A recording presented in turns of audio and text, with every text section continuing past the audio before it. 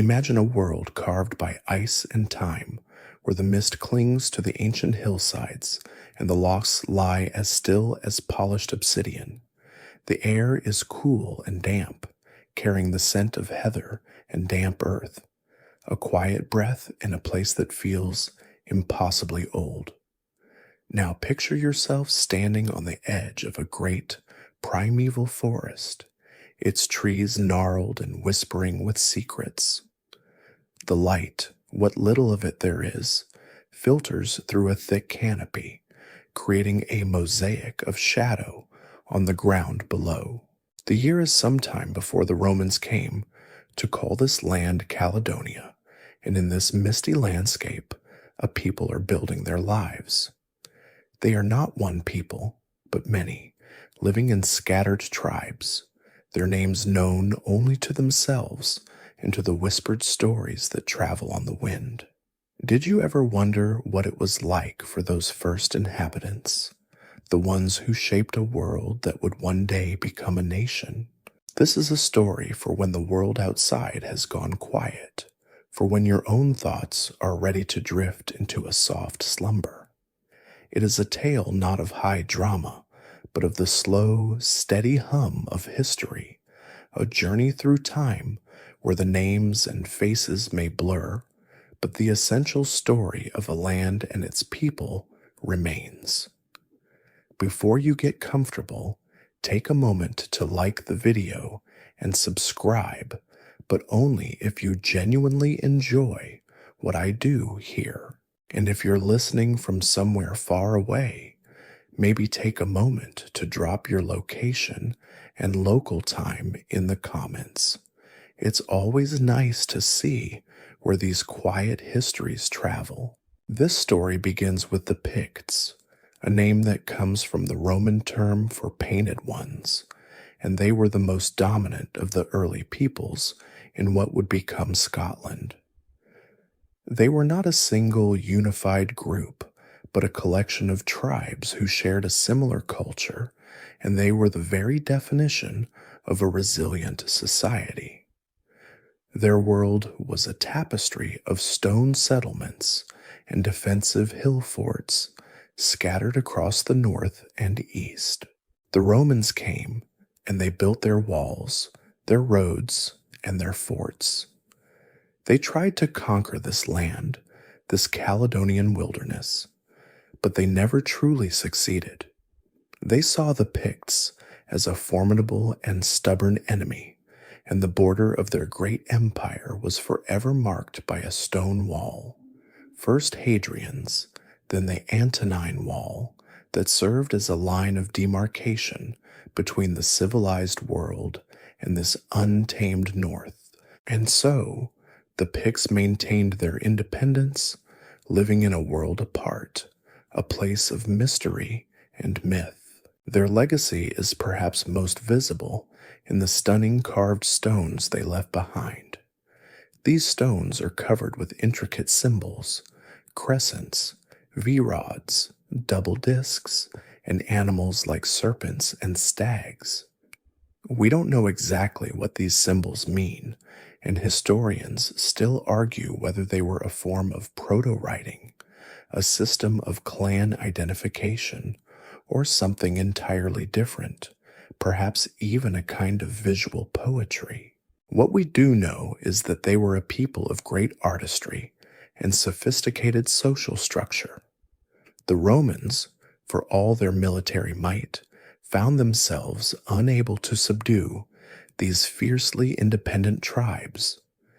They would march north, build their forts, and then retreat, leaving the land once again to its rightful inhabitants. It's a bit like a cat trying to catch a laser pointer dot. They can chase it all they want, but they'll never really get a hold of it. The Romans would return to their comfy villas and their paved roads, while the Picts would just continue on with their lives in their stone-built homes. Life for the Picts was deeply intertwined with the land. They were farmers, fishermen, and fierce warriors, and their society, from what we can glean from limited sources, appears to have been matrilineal in some respects. This is a topic that has fascinated and puzzled historians for centuries. Some evidence suggests that succession to the throne passed through the female line, a concept that was highly unusual for the time. A king's heir would not be his son, but rather his brother, or perhaps the son of his sister. This unique social structure gave their world a different kind of rhythm, a different kind of balance, and it's one of the many things that make them so intriguing. It was a world of shifting alliances and tribal chieftains, of cattle raids and great feasts, a world where the power of a ruler was tied to their ability to defend their people and their land. This was the world that existed before the name Scotland even meant anything, a world of Picts, of Britons in the south, and of the Gaelic-speaking Scotic, who were just beginning to look across the narrow sea from Ireland.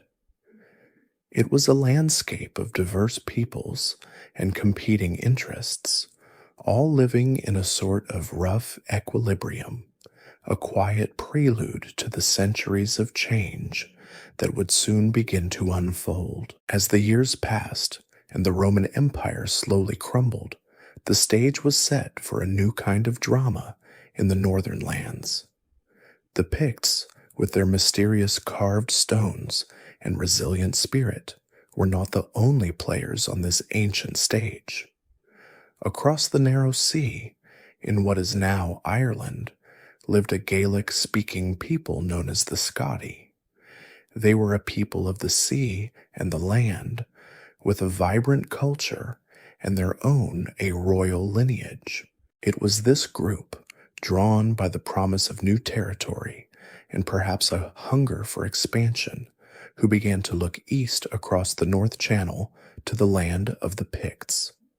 Sometime in the 5th or 6th century, a migration began, not of a massive invading army, but of a steady flow of people from the kingdom of Dal Riata in northeastern Ulster, settling in the rugged western lands of what is now Argyll. They brought with them their language, their customs, and their kings. The new kingdom they established was also called Dal Riata, a mirror image of their ancestral home. The Scots, as they came to be called, were fierce and ambitious, and they quickly established a presence in their new home. They built their own stone forts, the most famous being Dunad, a hill fort that would become the heart of their kingdom. At Dunad, a stone with a carved footprint and a basin for water was used in the ceremonies to inaugurate their kings, a powerful symbol of their authority and their connection to the land. This was a place where stories were told and destinies were made, a sacred space where the very essence of a people was renewed with each new ruler. The relationship between these new Scots and the native Picts was not always one of open conflict. There was trade, marriage, and over time, a slow and steady cultural exchange. This was a world of shifting alliances, where today's enemy might be tomorrow's ally, a complicated dance between different peoples, all trying to carve out a place for themselves in a wild and untamed land. The process of assimilation and fusion was a long one. The Scots were Christian, having been converted by St. Patrick and others in Ireland, and they brought their faith with them. The Picts, on the other hand, were still steeped in their ancient pagan beliefs.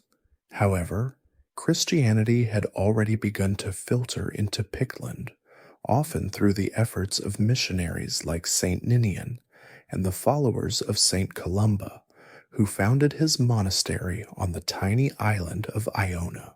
It's hard to imagine, in our modern world, the kind of impact that a single person like Columba could have. but his influence was immense. From his small island base, he and his monks traveled through the rough terrain, spreading the gospel, and in the process, also bringing with them literacy and a more formalized way of organizing their society. They established a network of monasteries that became centers of learning and power, quiet beacons in the wilderness. The slow conversion of the Picts to Christianity was a crucial step in their ultimate unification with the Scots. It gave them a shared language of faith, a common set of values that transcended tribal loyalties. It was a bit like two rival sports teams suddenly realizing they both love the same band.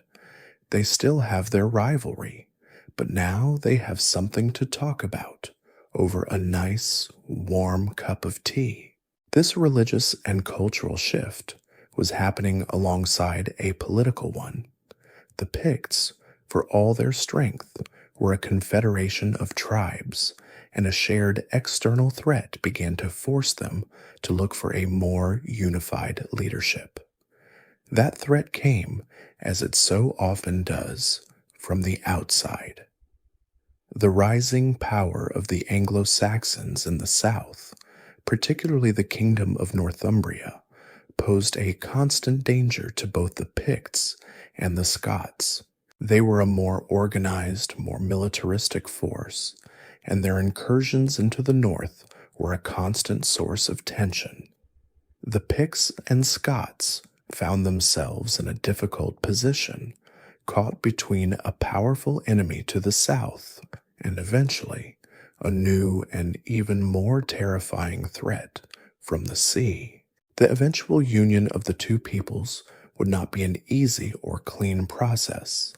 It was a long, messy, and complicated affair, a gradual coalescing of different cultures and traditions. The origins of the eventual Scottish nation are a fascinating blend of these two groups, the resilient Picts and the ambitious Scots, their stories and their bloodlines slowly becoming one. The result was not a simple victory of one group over another, but a true synthesis, a new people and a new identity forged in the crucible of shared challenges and common goals. This slow, quiet process, happening over hundreds of years, was the very foundation of what would one day be known as Scotland.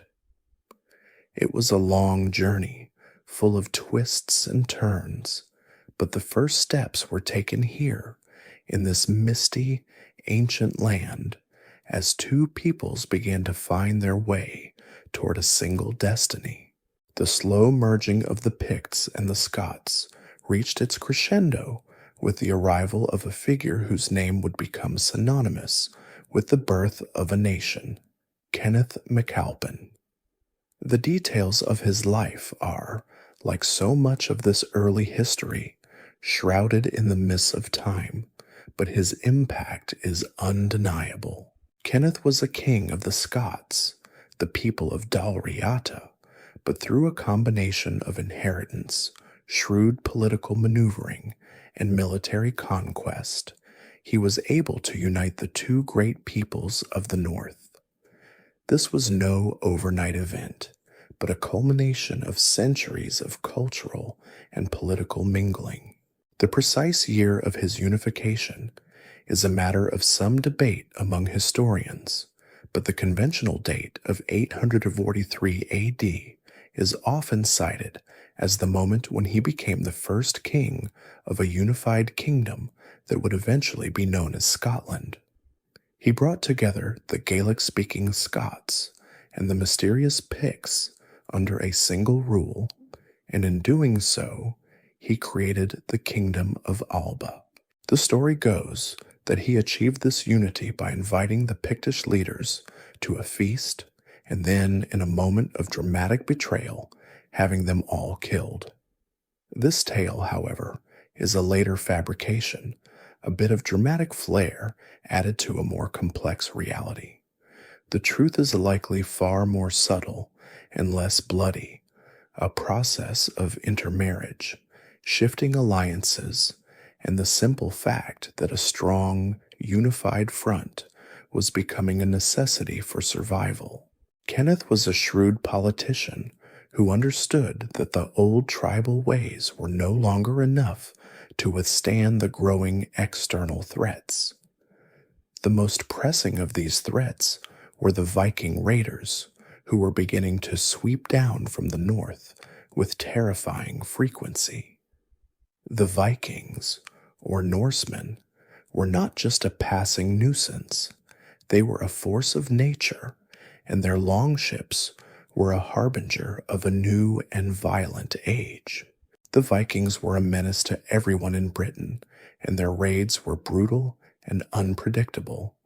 They were masters of the sea, and their swift ships could appear seemingly out of nowhere, bringing fire and destruction to coastal monasteries and settlements. The monastery at Iona, a spiritual heart of the new Scottish kingdom, was attacked multiple times, its treasures plundered, and its monks scattered. These raids forced the disparate peoples of the north to recognize a simple truth: a divided front would be an easy target. The union of the Picts and the Scots was a direct response to this pressure.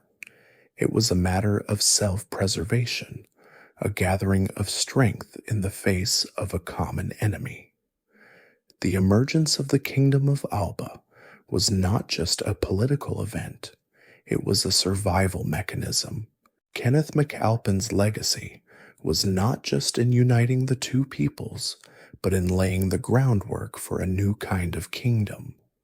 He moved the political center of the kingdom from the western heartland of Dalriada to the central eastern lands of Pictland, a clear sign of the new order.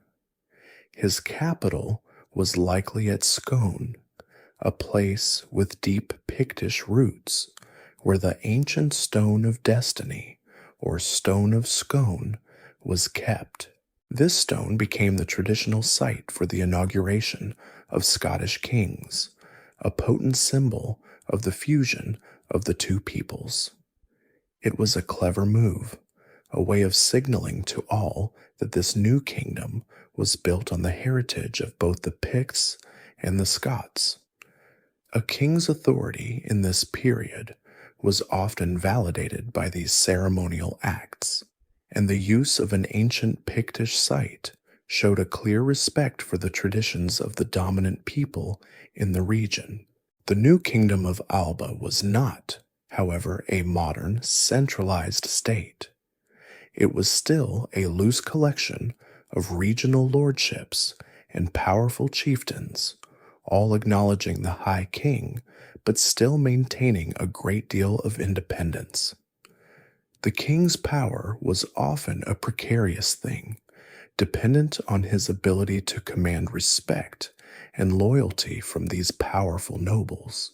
Succession was also a major issue, as it was often based on a system known as tanistry, where a successor was chosen from a pool of eligible male relatives, not necessarily the king's son. This often led to bloody internal feuds and assassinations, a bit like a medieval version of musical chairs, but with swords and fewer friends. The kings of Alba had to be warriors and diplomats in equal measure, navigating a treacherous landscape of political intrigue and military conflict. The name Scotland would not be used for some time. This was the kingdom of Alba, the name given to the land by its Gaelic-speaking people. It was a kingdom born of necessity, forged in the fires of Viking raids and the complex politics of a transitioning world. It was a place of wild beauty and fierce independence, a kingdom that had just taken its first shaky steps onto the stage of history, and it was a kingdom that would soon have to learn to defend itself from forces even more powerful than the Vikings. With the kingdom of Alba now a fledgling reality, its kings were immediately faced with the greatest external threat of their age, the Vikings. The Norsemen, as they were also known, were not just raiders but settlers, and their presence in the north and west of Scotland was a constant source of conflict and change. They established powerful earldoms in places like Orkney and Caithness, and they built their longhouses and their communities on the islands and along the coasts. Their ambition was not merely to plunder, but to conquer and to farm, and their influence reshaped the political map of the region for centuries. The kings of Alba, the successors of Kenneth MacAlpin, were forced to become masters of defense and diplomacy, fighting off one Viking chieftain after another, while also trying to consolidate their own power at home. The 10th and early 11th centuries were a turbulent and often bloody period. The succession to the throne of Alba was a brutal affair, marked by assassinations and battles between rival branches of the royal family. A king's reign was often short and violent, a brief moment of power before being challenged by a cousin or a nephew. This internal strife, however, did not stop the kingdom from slowly expanding its territory. The kings of Alba were beginning to push south and west, absorbing the Briton kingdom of Strathclyde and pushing back against the Anglo-Saxon kingdom of Northumbria.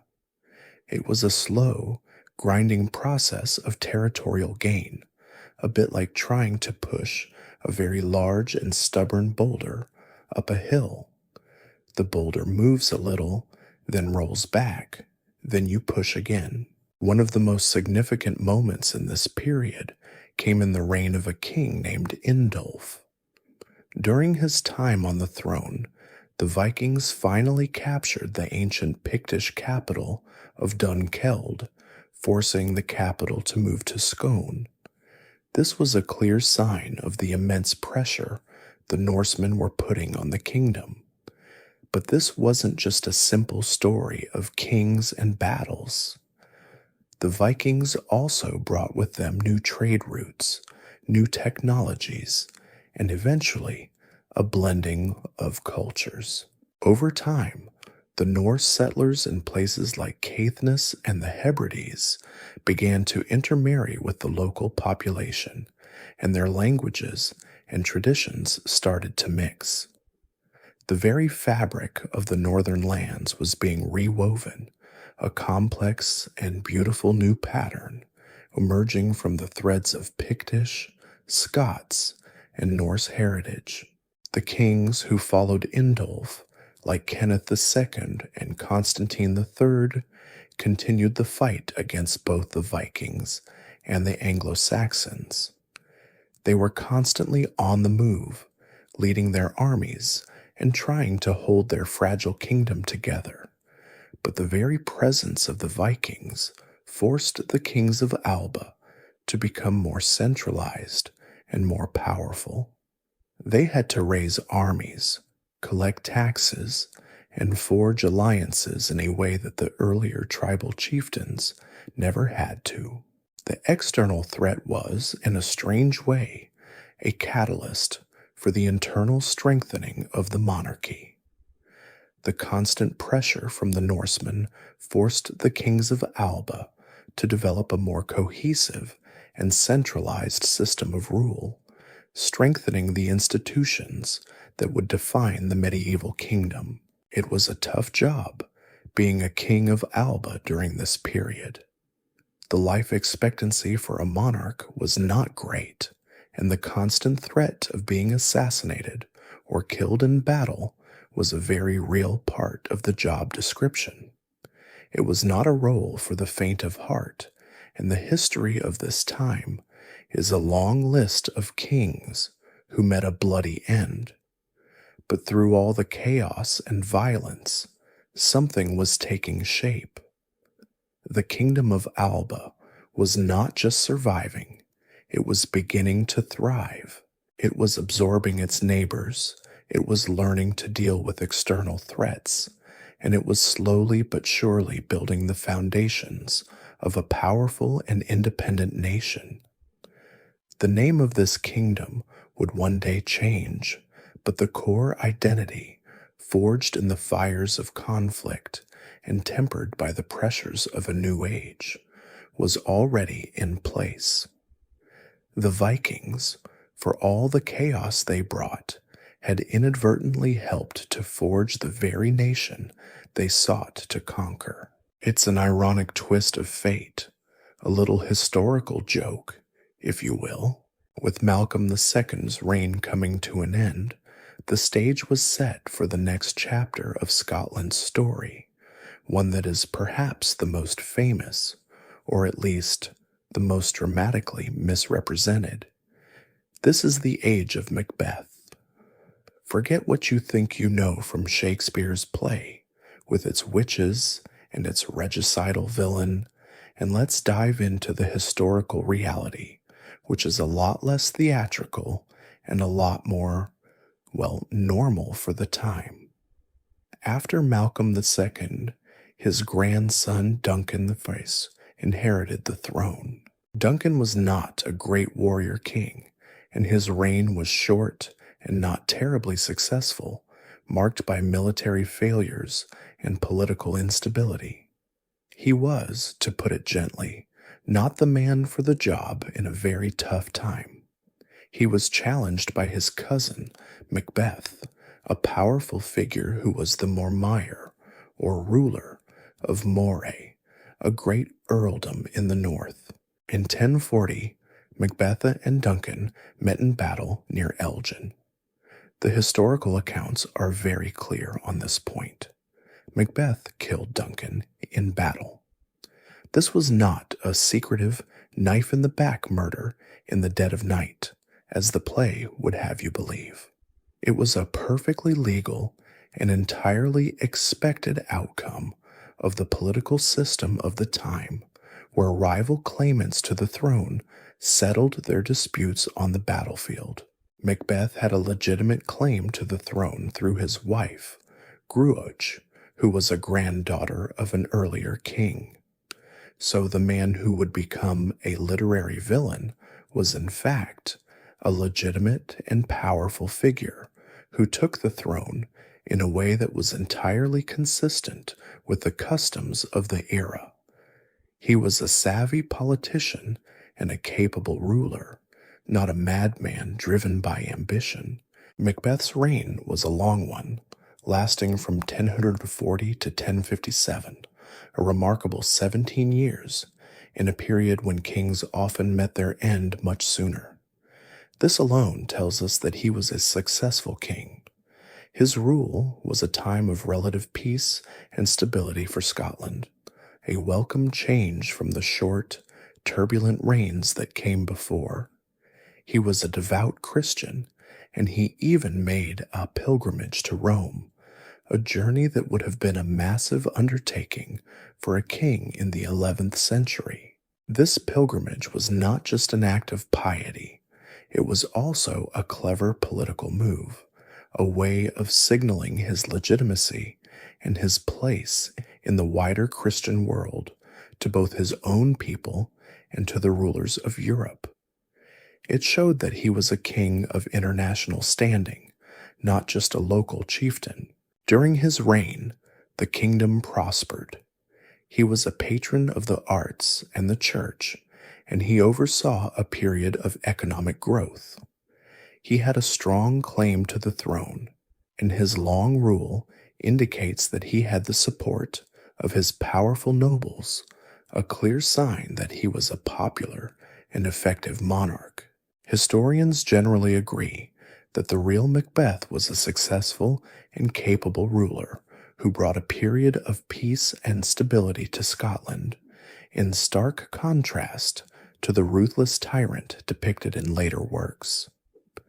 The reality of Macbeth's life is a fascinating example of how history can be warped and twisted by art and propaganda. He was not a villain. He was just a medieval king doing what medieval kings did.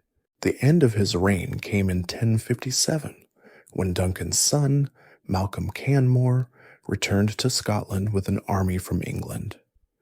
They met in battle near Lumfannon, and Macbeth was killed. It was a new kind of succession, one that was more like a dynastic war than the old system of claiming the throne by right of conquest against a rival. This was a direct result of Malcolm II's attempts to establish a hereditary system, which meant that a deposed king's son would not just accept his fate, he would fight to get his father's throne back. It's a bit like a sequel to a movie. The villain from the first movie is defeated, but now their child is back for revenge. Malcolm Canmore's victory marked the end of an era and the beginning of another, a new dynasty that would bring with it profound changes for Scotland. The reign of the real Macbeth was over, but his name would live on, forever linked to a story that was more fiction than fact. The reforms of David I laid the groundwork for a more stable and powerful monarchy, but they did not eliminate the constant tension with Scotland's powerful neighbor to the south. The period following David's death was a time of continued conflict and political intrigue, as the Scottish kings grappled with the growing power of the English throne. The English kings, particularly after the rise of the formidable Angevin dynasty under Henry II, began to view Scotland less as a separate kingdom and more as a subordinate, a kind of northern appendage to their own vast empire.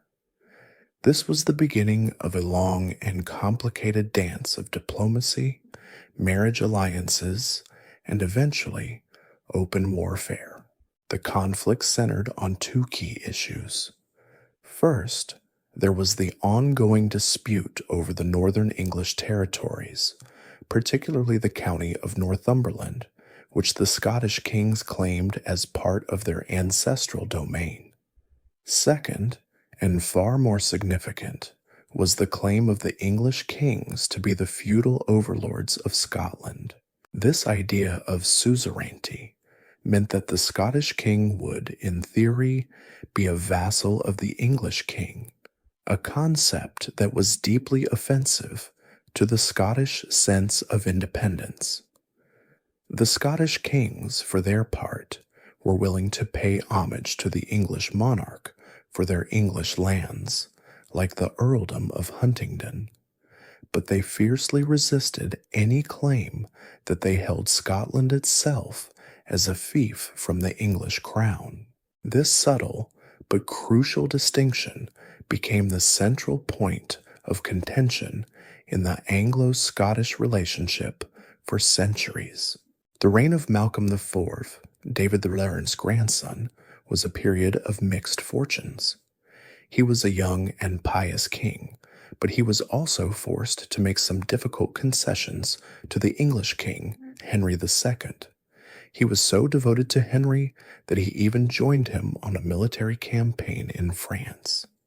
This led to a great deal of resentment among his own nobles, who felt he was putting English interests ahead of Scottish ones.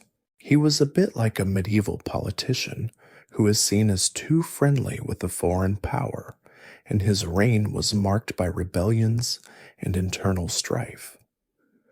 Malcolm IV was a good man, perhaps too good for his time, and his attempts to maintain a peaceful relationship with England often came at the cost of his own domestic stability.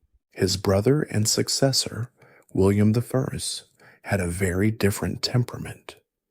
Known as William the Lion, because he adopted the red lion rampant as his royal standard, he was a much more ambitious and aggressive king. He was determined to reclaim the county of Northumberland and to put an end to the English claims of suzerainty.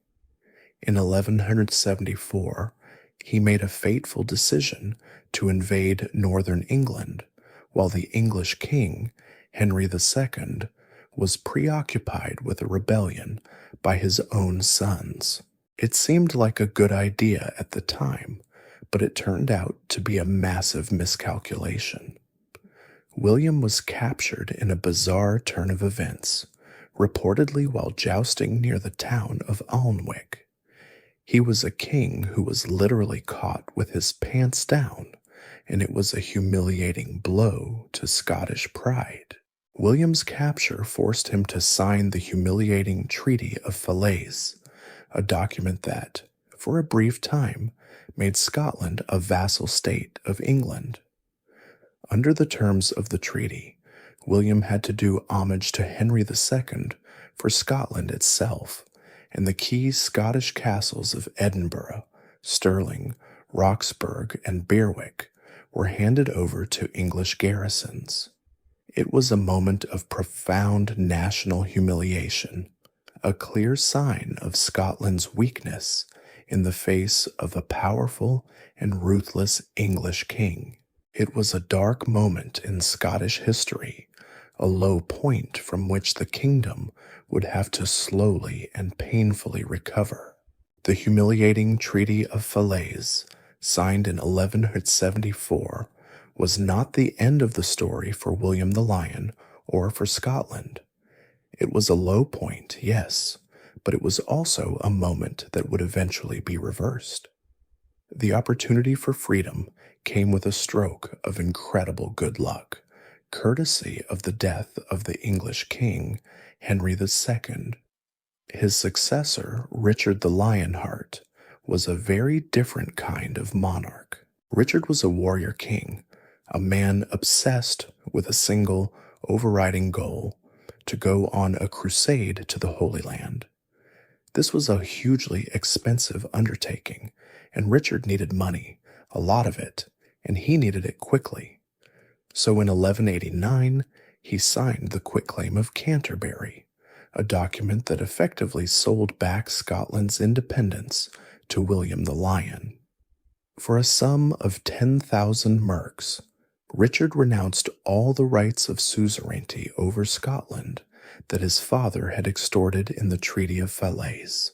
It was a stunning reversal of fortune, a bit like finding a winning lottery ticket just when you thought you were completely out of luck. William the Lion, now free from the shackles of English overlordship, ruled for another 35 years, a remarkably long reign that brought a period of relative peace and stability. He was a great builder, a king who oversaw the construction of many of the stone castles that still stand today, and he was a patron of the burghs that his grandfather, David I, had founded. He was a shrewd and effective ruler who used his newfound independence to strengthen the monarchy and to consolidate his power. The reversal of the Treaty of Falaise under William I was a pivotal moment, re-establishing Scottish sovereignty and allowing the monarchy to grow in power without direct English interference for the next century. After William's long reign, his son Alexander II took the throne in 1214. Alexander was also a capable and effective ruler, a king who understood the delicate balance of power between Scotland and England. He continued the process of consolidating royal authority, pushing Scotland's borders further and further west. He brought the Western Highlands and the Islands under firmer control, a process that was vital for the long-term stability of the kingdom. He also had a very different relationship with the English king, Henry III. Unlike his father's tumultuous relationship with Henry II, Alexander and Henry were brothers-in-law, and their relationship was much more amicable. They met often, and they were able to resolve their differences through diplomacy rather than through open conflict.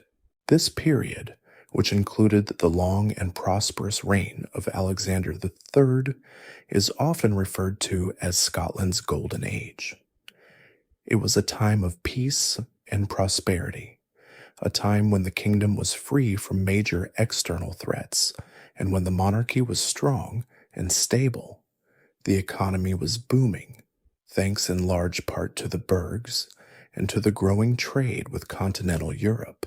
The kings were able to build great castles and cathedrals, and the kingdom was a respected player on the international stage.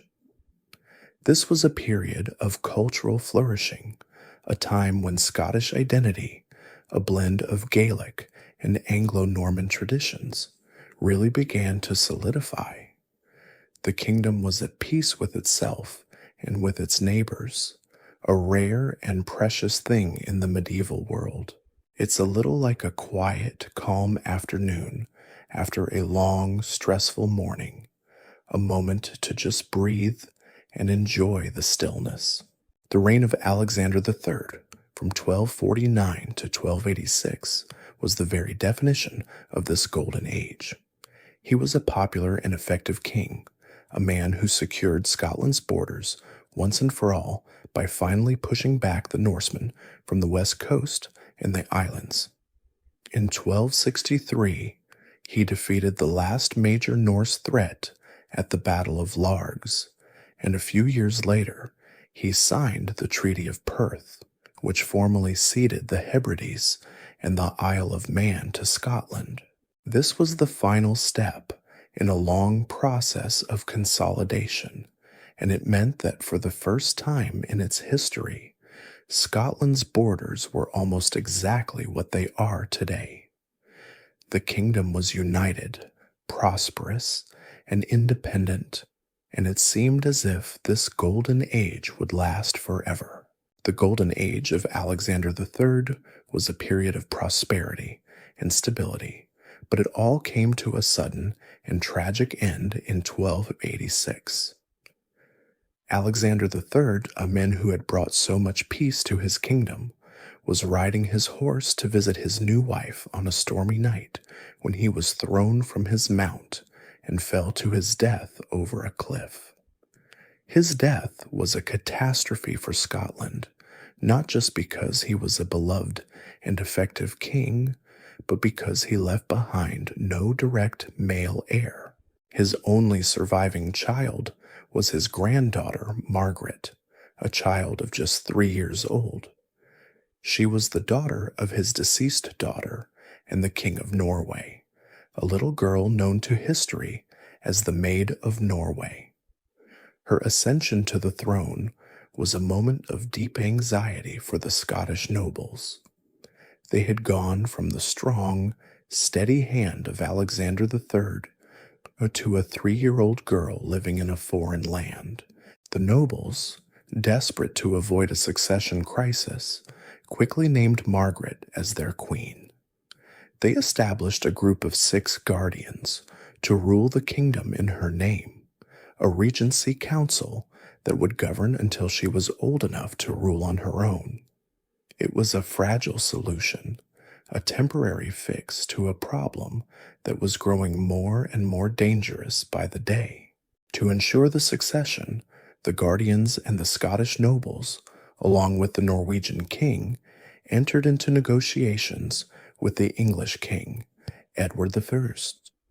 Edward the Thirster was a powerful and ambitious ruler, a man who was already known as the Hammer of the Scots, a title he would earn more fully later on. He was also a canny politician who saw an opportunity in Scotland's time of weakness.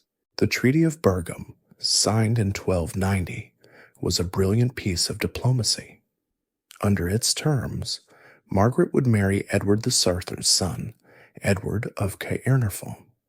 This would unite the 2 royal houses and, in theory, create a peaceful, united Great Britain. The treaty was carefully worded to preserve Scotland's independence, guaranteeing that the kingdom would remain separate and divided from England according to its rightful customs, liberties, and laws.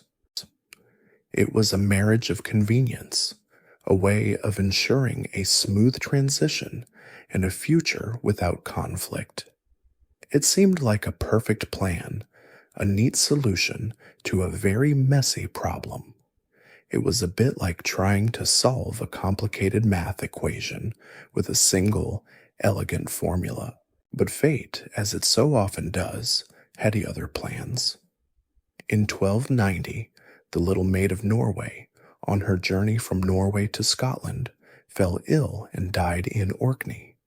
Her death was the second catastrophe for Scotland, and it plunged the kingdom into a succession crisis of immense proportions. With no clear heir to the throne, the door was wide open for anyone with a royal bloodline to step forward and make a claim. This was a direct result of Alexander III's death, and it was a moment that would change the course of Scottish history forever. The fragile peace that had been so carefully built was shattered, and the kingdom was now in a state of deep uncertainty and fear. The result of the Maid of Norway's death was a period known as the Great Cause.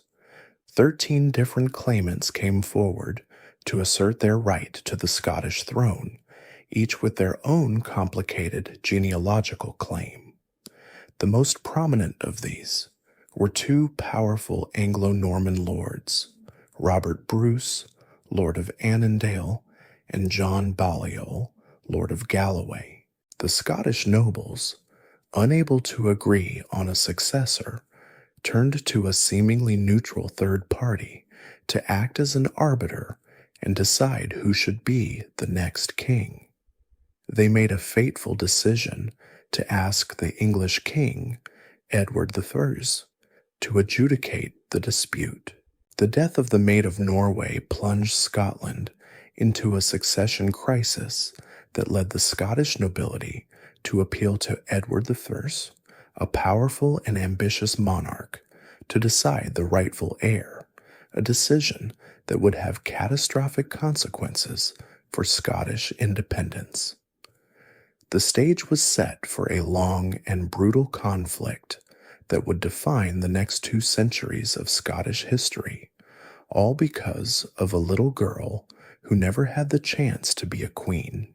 The year 1291 marked the beginning of a period of immense change and conflict for Scotland, a time known as the Great Cause. The sudden death of the Maid of Norway had created a vacuum of power, and with no clear heir, the Scottish nobles turned to Edward I of England, a man with a reputation for being a formidable and ambitious monarch, to settle the dispute. Edward was more than happy to oblige, but he had a condition. Before he would act as an arbiter, he insisted that all the claimants to the Scottish throne, as well as the Scottish nobles, acknowledge his overlordship, his suzerainty over Scotland. This was the same claim of feudal superiority that had caused so much friction in the past, and it was a strategic move on Edward's part, a clever way of using a moment of Scottish weakness to advance his own claims.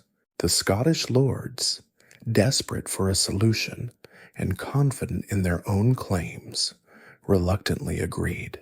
Edward I, now acting as the feudal overlord of Scotland, held a series of hearings at Berwick-upon-Tweed, a process that became known as the Great Cause.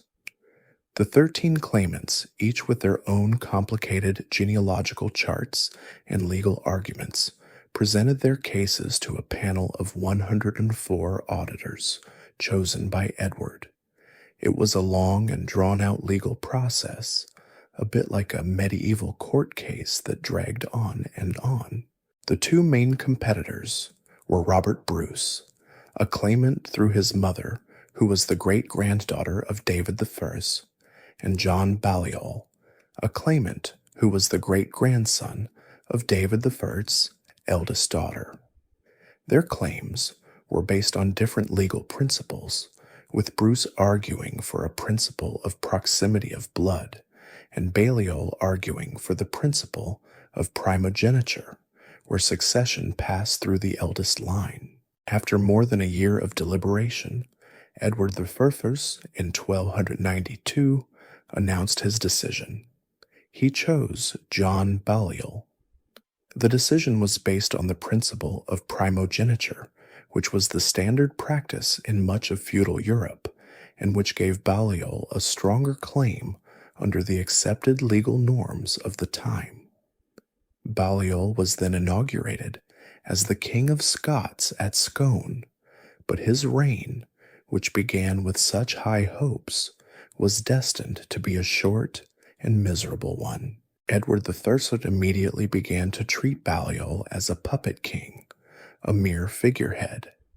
He summoned Balliol to the English court to answer legal appeals, a humiliating and unprecedented act that undermined Balliol's authority and made it clear to everyone that he was not a sovereign monarch but a subordinate.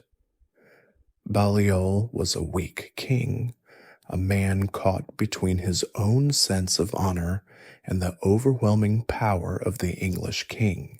He was constantly being summoned to England to answer for his actions, and he was forced to pay homage to Edward I, a public act of submission that was deeply resented by the Scottish nobles. They began to mock him, calling him tomb tabard, or empty coat, a cruel reference to his lack of power and authority. The reign of John Balliol was essentially a period of English control, with the Scottish king acting as a mere figurehead, a condition that quickly led to a deep sense of national humiliation and resentment among the Scottish nobility. The Scottish nobles, tired of their king's humiliation, finally took matters into their own hands. In 1295, they established a Council of 12, a new regency council that effectively stripped Balliol of his power and began to govern the kingdom in his name. The first thing this new council did was to sign a treaty with the King of France, an alliance known as the Auld Alliance. This was a direct act of defiance against Edward I, who was at war with France. It was a clear signal that Scotland was no longer a vassal of England, but an independent nation with its own foreign policy. Edward I, enraged by this act of rebellion, prepared for war. The stage was set for the long, bloody conflict that would come to be known as the Wars of Scottish Independence, a struggle that was born from a king who was a mere shadow of a monarch. The year 1296 marked the end of John Balliol's miserable reign and the beginning of outright war between Scotland and England. Edward I, enraged by the Scottish alliance with France, led a massive army north. The first target was the prosperous burgh of Berwick-upon-Tweed, a vital port town on the Anglo-Scottish border. Edward's army attacked and utterly destroyed the town, a slaughter so brutal that it sent a shiver of terror through the rest of the kingdom. The massacre at Berwick was a clear statement of Edward's intent. He was not coming as a feudal overlord to enforce a claim, but as a conqueror to subdue a rebellious kingdom. After Berwick, the English army marched on, crushing the Scottish forces at the Battle of Dunbar. John Balliol, a king in name only, was captured and formally abdicated his throne, renouncing his fealty to Edward I. Edward, now believing that Scotland was his to rule, seized the Stone of Destiny from Scone and brought it to Westminster Abbey, a symbolic act meant to show that the Scottish monarchy was no more. Scotland was now, in his eyes, a conquered territory, a mere part of his English kingdom. But Edward's belief that he had finally subdued the Scots was a profound miscalculation. He had removed the king and the stone of destiny, but he had not broken the spirit of the people. This was a moment of deep national humiliation, and it led to a new kind of resistance, one that came not from the great nobles, many of whom had already sworn allegiance to Edward, but from the common people. This is where the story of William Wallace begins, a figure whose name would become a legend. William Wallace was not a great noble. He was, as far as we can tell, a lesser knight, a man from a minor gentry family in the southwest of Scotland. We don't know much about his early life, but we do know that he was a man of immense physical strength and courage.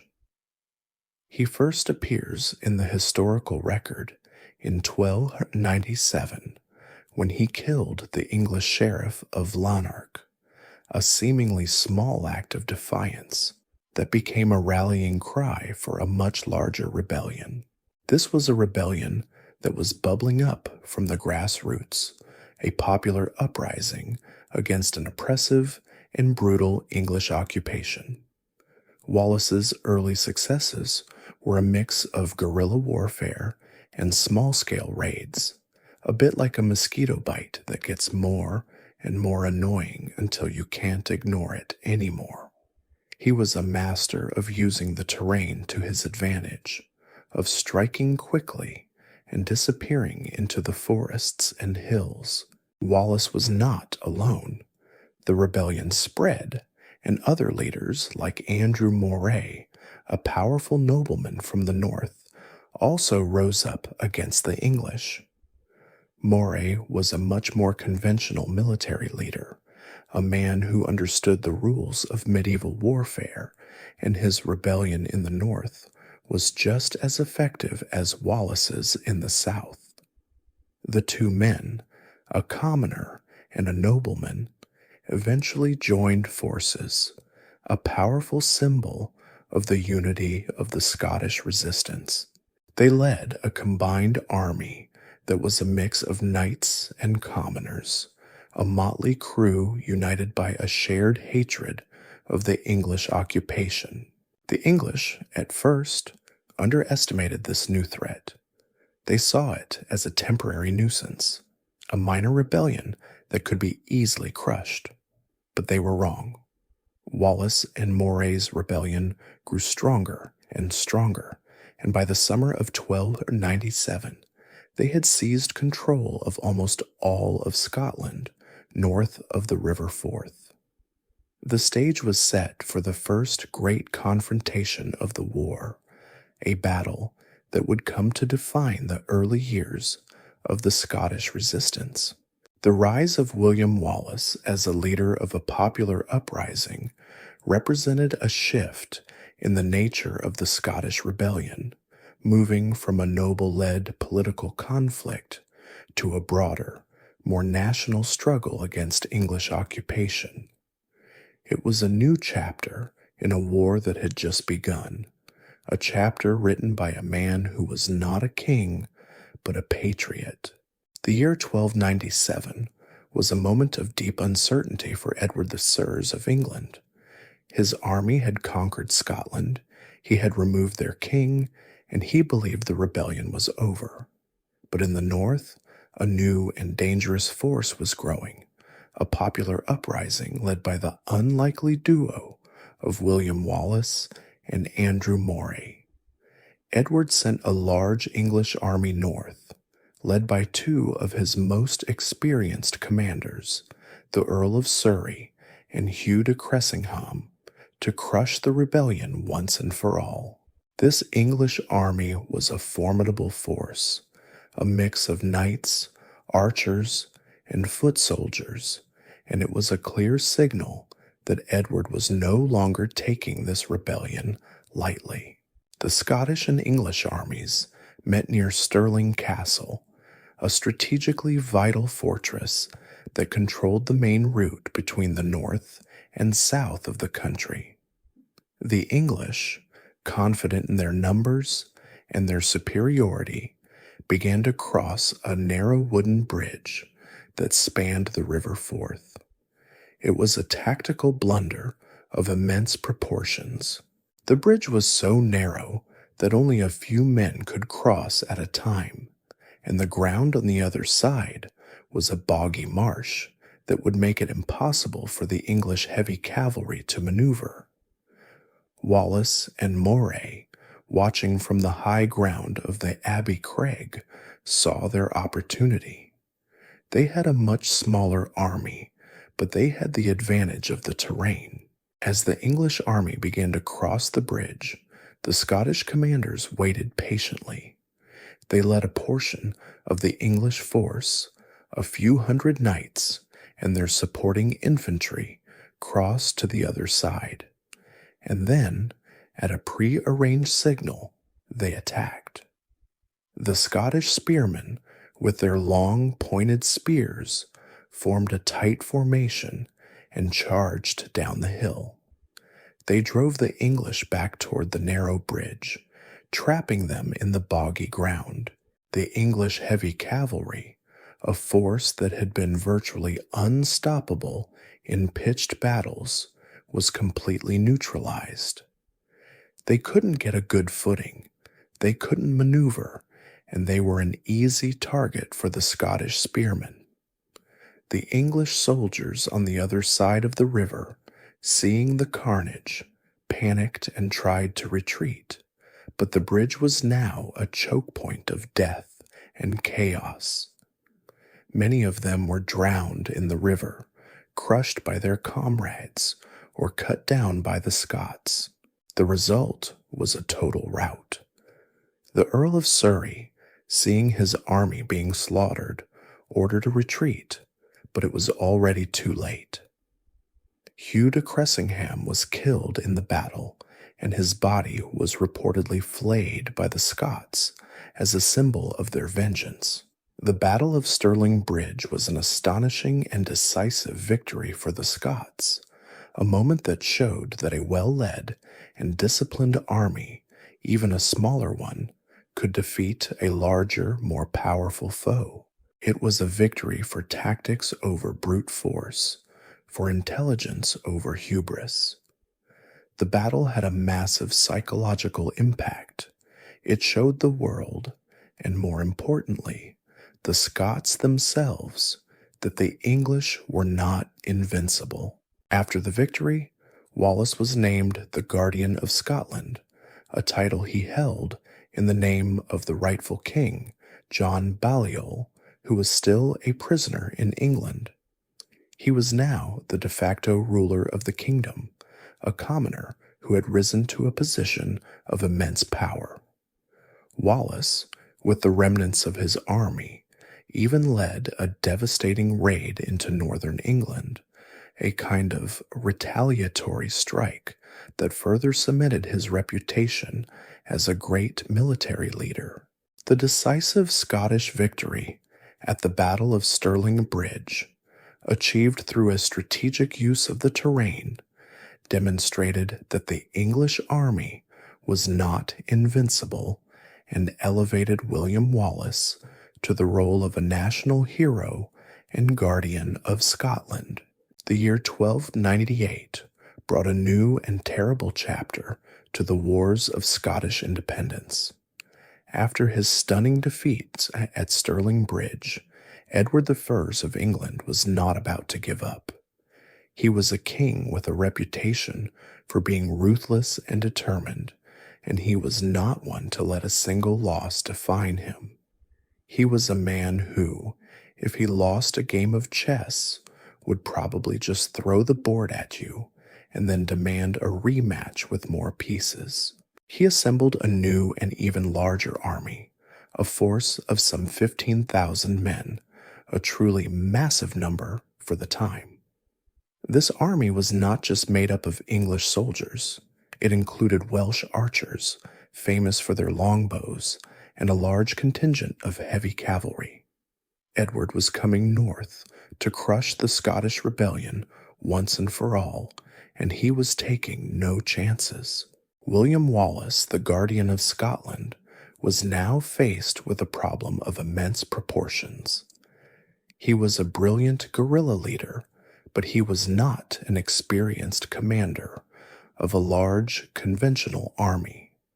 He knew he could not defeat Edward's massive force in a pitched battle on open ground, so he made a strategic decision to avoid a direct confrontation. He and his commanders employed a scorched earth policy, a deliberate and brutal tactic of destroying crops and supplies in the path of the English army.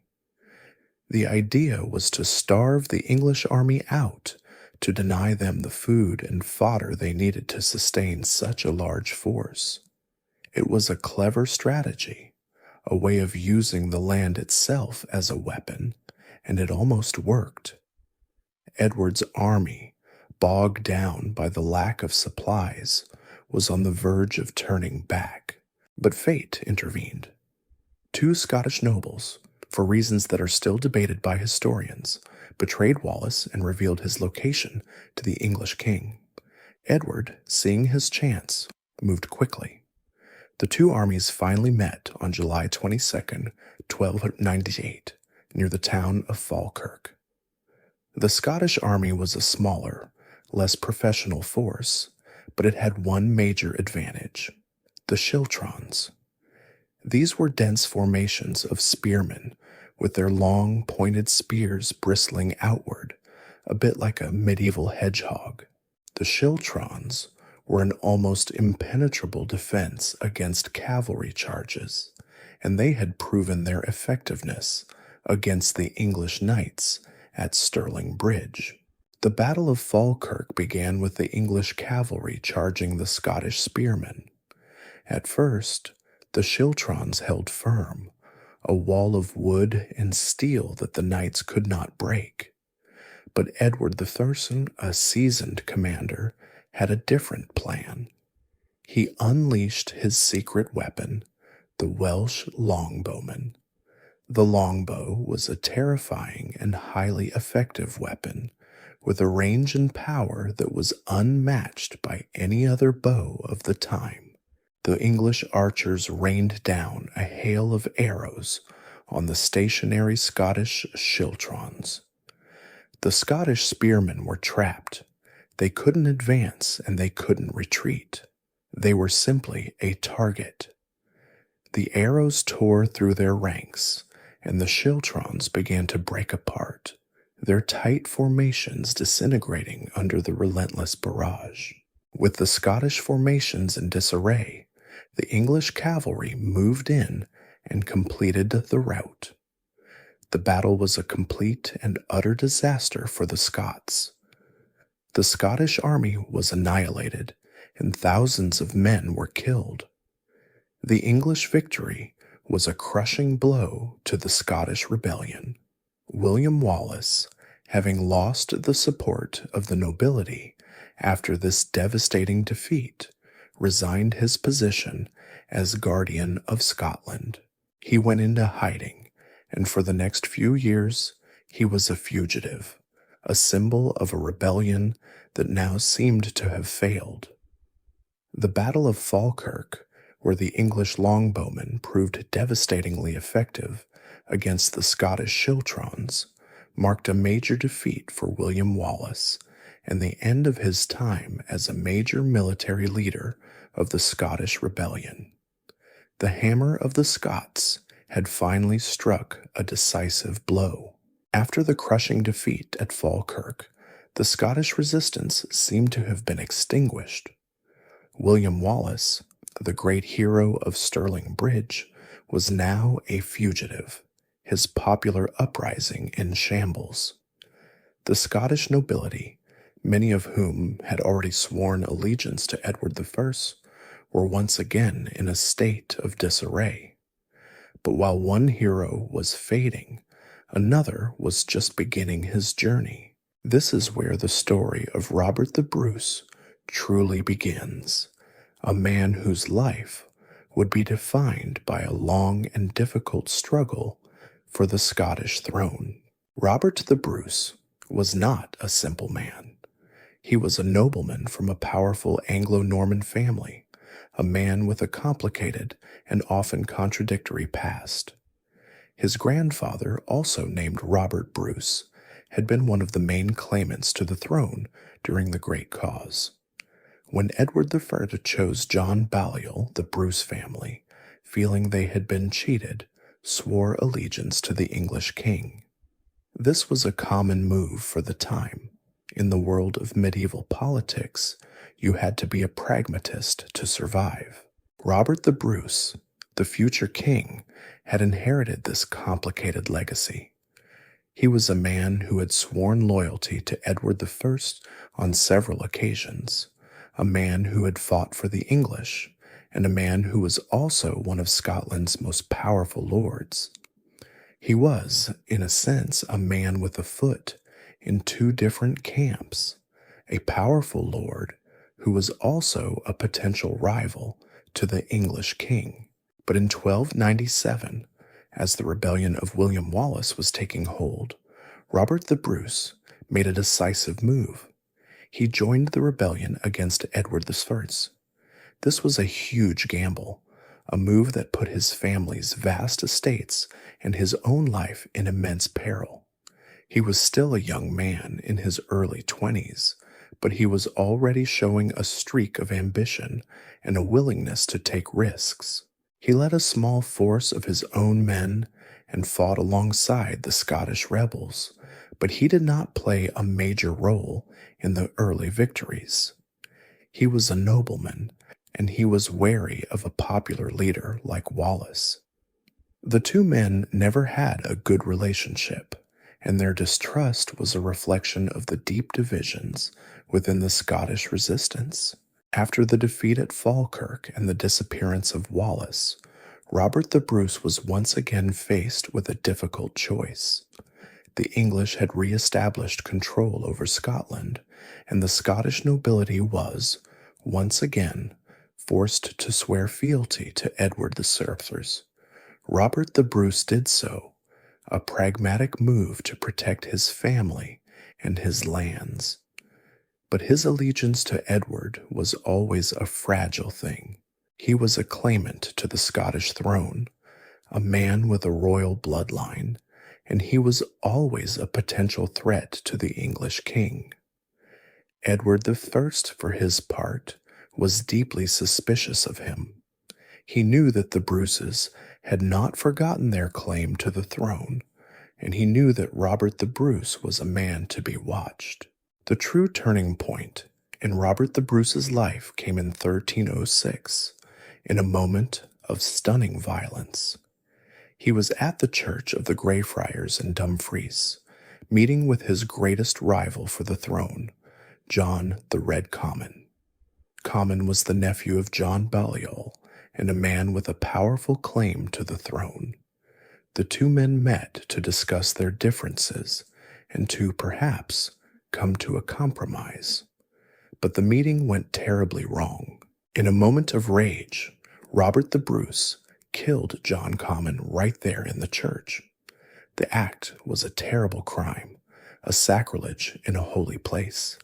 It was a crime that made Robert the Bruce an outlaw, a man who was now an enemy of both the English king and the powerful Comyn family.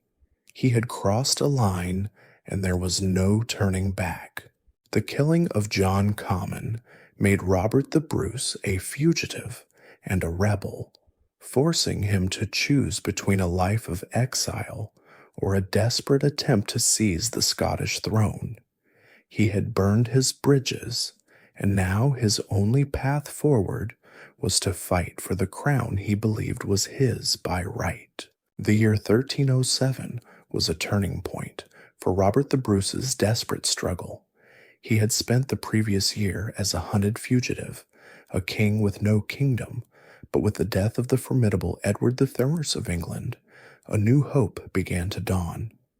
Edward I was succeeded by his son Edward II, a man who was, to put it gently, a far less effective military commander than his father. Edward II was more interested in courtly life and his favorites than he was in the grinding, brutal business of war, and his lack of focus gave Robert the Bruce the breathing room he so desperately needed.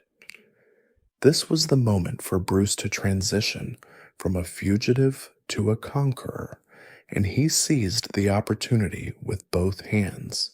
Bruce's strategy was simple but effective.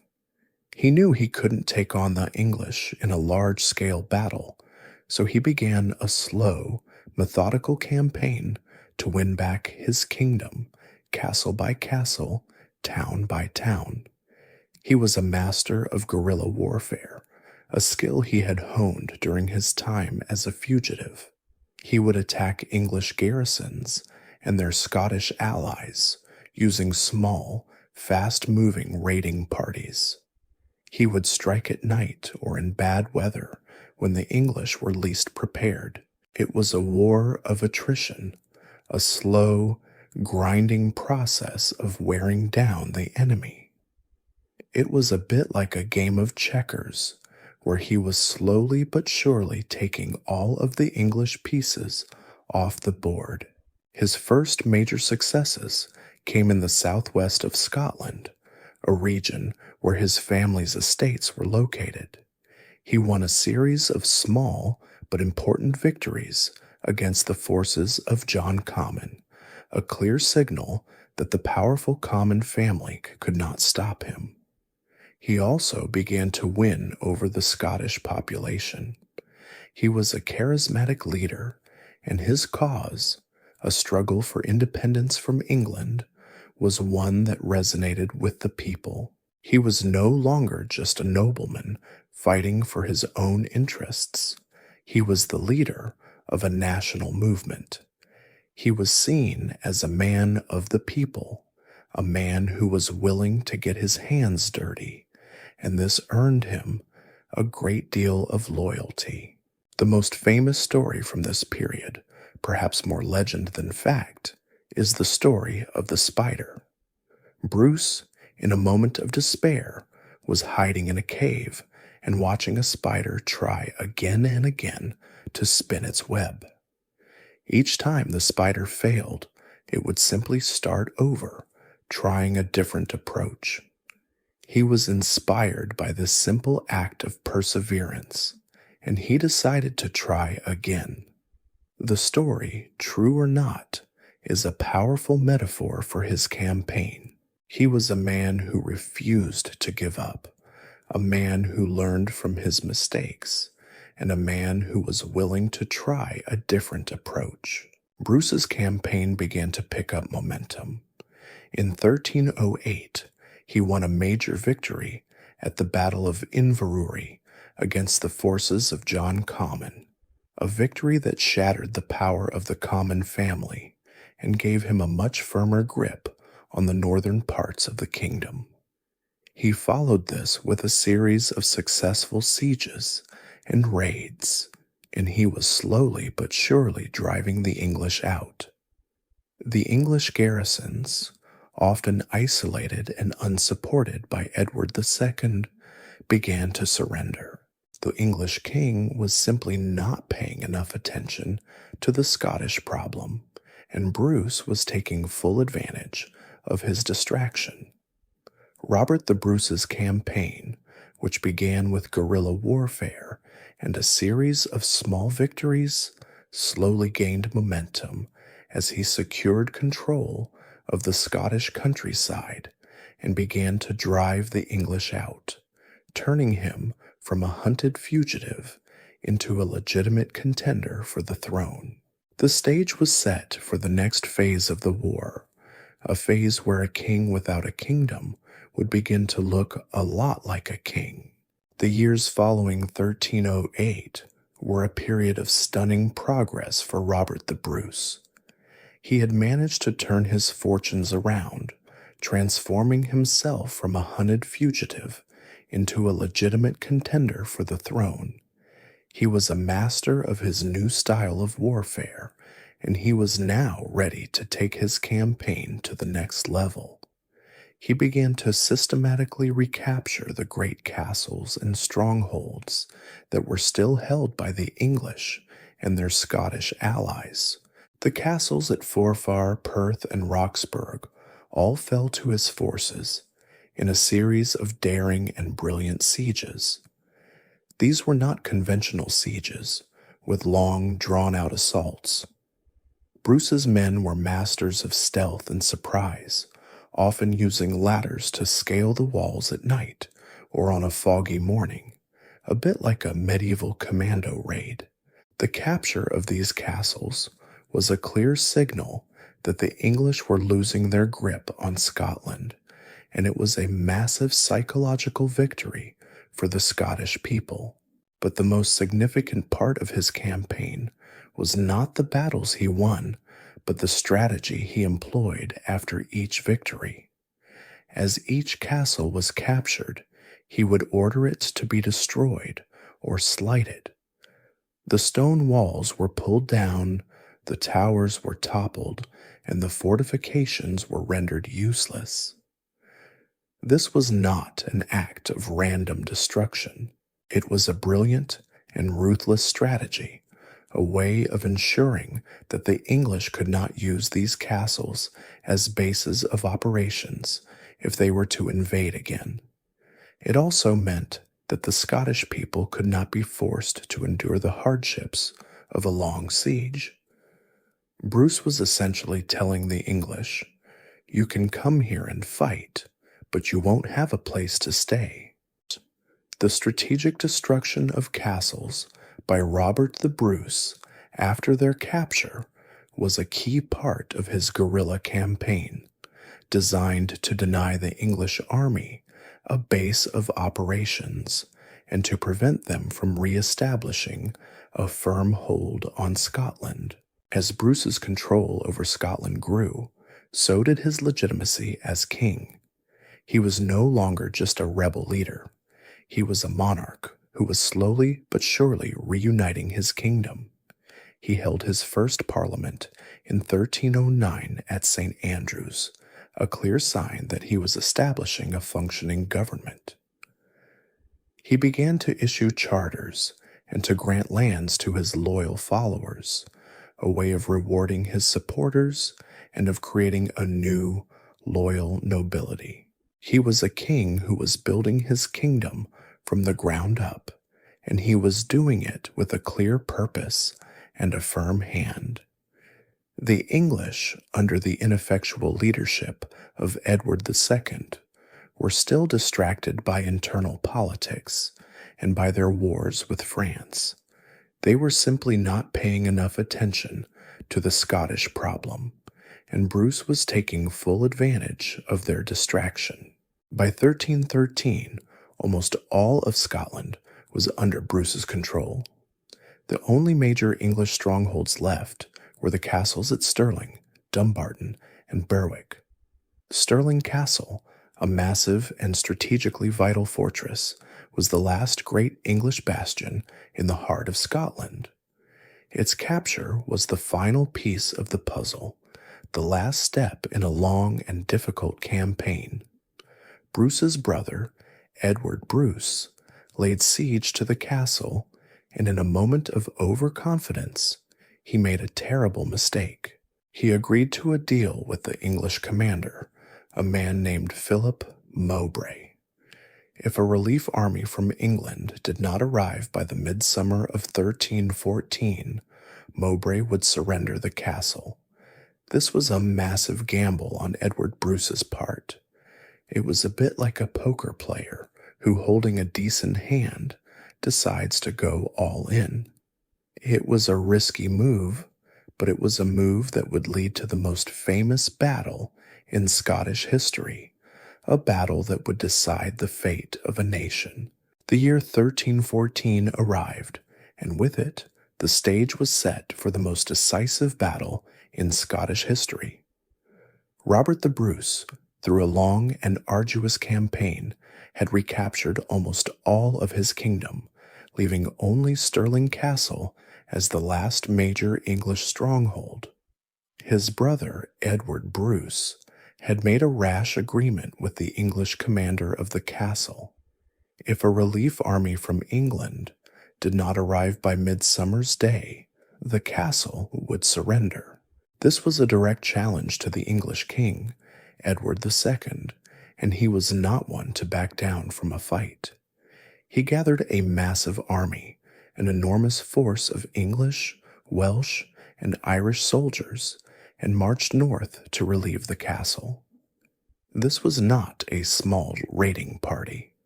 This was a full-scale invasion, a force of some 20,000 men, a truly enormous number for the time, led by the king himself.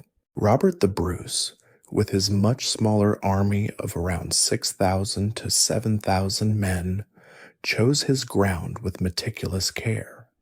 He positioned his forces just south of Stirling, near a small river called the Bannockburn. The terrain was perfect for his purposes. The ground was a mix of thick forest and marshy, boggy ground, which would neutralize the greatest strength of the English army, their heavy cavalry. It was a perfect choke point, a place where the English numbers would be a liability, not an advantage. This was not a random choice of location. It was a deliberate and brilliant tactical decision. It was a bit like a small boxer choosing to fight in a phone booth, where their opponent's powerful reach and size would be of no use. On the eve of the battle, Robert the Bruce addressed his troops. The stories say he reminded them of their duty to Scotland, to their homes, and to their freedom. He was a king who was with his men, not a distant monarch, and his presence was a source of immense inspiration. The English, for their part, were overconfident.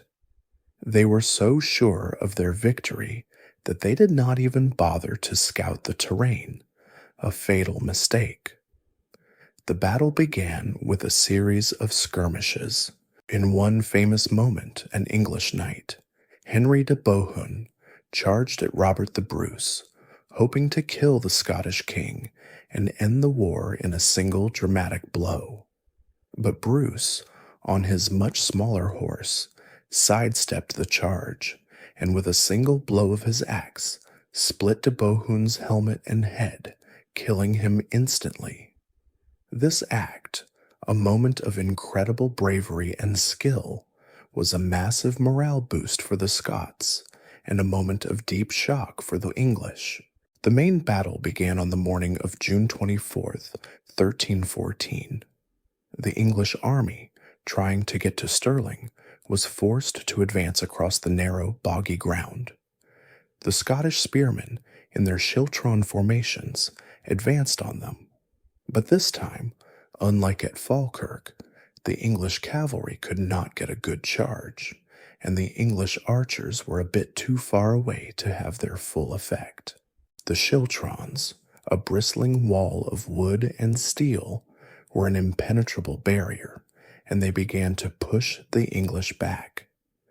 The English army, trapped between the Scottish spearmen and the river, began to fall into chaos. The English knights, with their heavy armor, were bogged down in the mud, and they were no match for the determined Scottish spearmen. The rout was complete. The English army, demoralized and in disarray, turned and fled. Many were killed in the retreat, and the English king, Edward II, was forced to flee the battlefield in a humiliating escape. The Scottish victory at Bannockburn was total and decisive. It was not just a military victory. It was a psychological one. It proved that the Scots could defeat the English in a pitched battle, and it cemented Robert the Bruce's place as the rightful king of an independent Scotland. The Battle of Bannockburn was a decisive Scottish victory, where Robert the Bruce's tactical genius in choosing the terrain neutralized the English advantage in heavy cavalry leading to a complete rout of the English army and securing Scottish independence. The hammer of the Scots had been hammered back, and a new era of Scottish history had begun. The stunning victory at Bannockburn was a military triumph, but it was not enough to secure a lasting peace. Edward II, though defeated, was still the King of England, and he refused to acknowledge Robert the Bruce as the rightful King of Scots. He still considered Scotland a part of his domain, a rebellious province that had simply been a little too much to handle at the moment. He refused to negotiate, he refused to talk, and he refused to give up his claim to suzerainty over Scotland. This meant that the war, for all intents and purposes, was not over. Robert the Bruce was still a king without international recognition, a monarch who had defeated a great army but had not yet secured his place in the world. Bruce's response was a continuation of his brilliant and patient strategy. Since Edward II refused to fight a pitched battle, Bruce would simply bring the war to him. For the next 13 years, from 1314 to 1327, the Scottish army launched a series of devastating and relentless raids into northern England. These were not small-scale skirmishes. They were large, highly organized military campaigns that penetrated deep into English territory. They burned towns, they plundered villages, and they brought a new kind of terror to the English people. This was a direct result of Edward II's refusal to make peace. Bruce was essentially holding a gun to the head of the English countryside, a way of forcing the English king to come to the negotiating table. The raids were so effective that the English population in the north began to pay a kind of protection money to the Scots, a payment known as blackmail, a term that has a very different meaning today. It was a way of buying a temporary and very fragile peace. But the most significant part of Bruce's strategy was his political maneuvering. He knew that he needed more than just military victories. He needed a way to legitimize his kingship, not just in the eyes of his own people, but in the eyes of the rest of Europe. He had been excommunicated by the Pope for killing John Comyn, and this was a huge problem. It meant that he was, in the eyes of the church, a pariah, a king without the blessing of God. He knew he had to get the Pope on his side, and he knew he had to make a clear, unambiguous statement of Scotland's right to exist as an independent nation. This is where a document of immense historical importance, the Declaration of Arbroath, enters the story. In 1320, a group of Scottish nobles and magnates wrote a letter to Pope John XXIII. This letter, known as the Declaration of Arbroath, was a masterpiece of political and rhetorical genius. It was a formal appeal to the Pope, an argument for Scottish independence that was both passionate and pragmatic. The letter began by outlining Scotland's long history as a separate and sovereign nation, a land that had never been a part of the English kingdom. It spoke of the brutal tyranny of Edward I and the long and difficult struggle for independence. But the most famous and most powerful part of the document was its final paragraph, a stirring declaration that defined the Scottish sense of nationhood. This is where the famous line, "It is in truth not for glory, nor riches, nor honors that we are fighting, but for freedom, for that alone, which no honest man gives up but with life itself," appears, a phrase that would echo down the centuries and become the very soul of Scottish national identity. The Declaration of Arbroath was not just a letter, it was a powerful statement of a people's right to self-determination, a document that transcended a simple conflict and elevated it to a universal human struggle for liberty. It was a bit like a medieval lawyer making a closing argument that was so compelling, you just had to agree. The Declaration of Arbroath was a brilliant piece of propaganda, a formal statement that gave a moral and legal legitimacy to the Scottish cause. It was a letter that was not just for the Pope, it was for the world. It was a document that resonated with the people of Scotland, and it was a document that began to sway international opinion. The Pope, seeing the determined spirit of the Scots and the brutal nature of the ongoing war, began to change his mind. He finally lifted the excommunication of Robert the Bruce, a major victory that gave the Scottish king the blessing of the church. This was a massive step in his long and difficult journey from an outlaw to a legitimate monarch. But still, the war was not over. Edward II, though weakened and humiliated, still refused to grant Scotland its independence. He clung to his title as the feudal overlord of Scotland, a hollow claim that he would not relinquish. The Scottish raids into northern England continued, a constant source of pressure and pain for the English population. These raids, led by Bruce's trusted commanders like James Douglas and Thomas Randolph, were a masterclass in guerrilla warfare. They were lightning fast, brutal, and utterly effective. The English, living in constant fear of these incursions, were losing their will to fight. The English nobility, burdened by the cost of a long and seemingly unwinnable war, was growing tired of their ineffectual king. The English government was in a state of chaos, and Edward II, a man who was more interested in his favorites than in his kingdom, was losing his grip on power. This was a direct result of Robert the Bruce's relentless campaign. He was a king who was not just fighting a war, he was creating a political and social crisis for his enemy.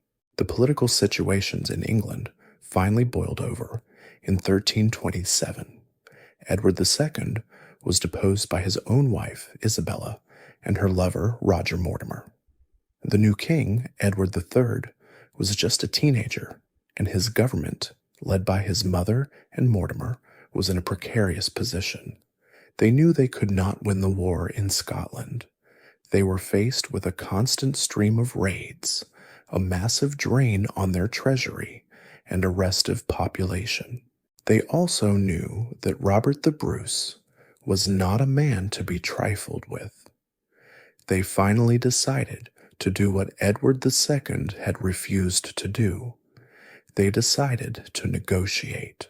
The negotiations led to the Treaty of Edinburgh-Northampton, a historic agreement signed in 1328. Under the terms of the treaty, Edward III formally recognized Robert the Bruce as the rightful king of Scots and Scotland as an independent and sovereign nation. He also renounced all claims of English suzerainty over Scotland, a crucial provision that put an end to centuries of conflict. The treaty also restored the Stone of Destiny to Scotland, a powerful symbolic act that signaled the full restoration of Scottish independence. The treaty was a moment of immense triumph for Robert the Bruce and for the Scottish people. The Treaty of Edinburgh-Northampton, signed in 1328, officially ended the wars of Scottish independence, with England formally recognizing Robert the Bruce as king and Scotland as a sovereign nation, a monumental achievement that secured the kingdom's independence.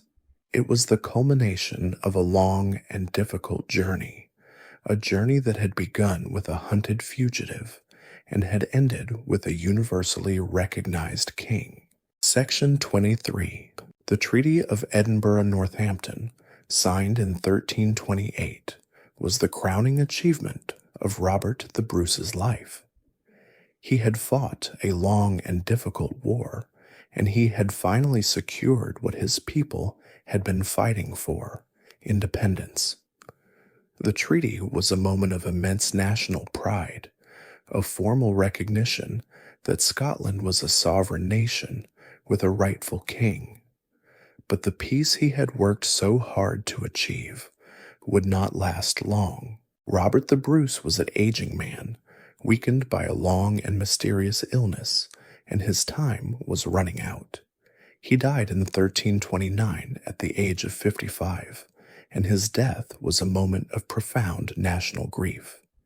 He was, to his people, a hero, a liberator, a king who had brought them out of the darkness and into the light. His final wish was a poignant one. He had made a promise to go on a crusade to the Holy Land, but his illness had prevented him from fulfilling his vow. So he asked his most trusted companion, Sir James Douglas, to take his heart on a pilgrimage to the Holy Land. After his death, his heart was removed, placed in a silver casket, and entrusted to Douglas. Douglas, in a story that is both epic and tragic, set off on the journey. He joined a crusade against the Moors in Spain, and in a final heroic act, he reportedly threw the casket containing the king's heart into the midst of the enemy, shouting, "Lead on, brave heart, as thou wert wont to do.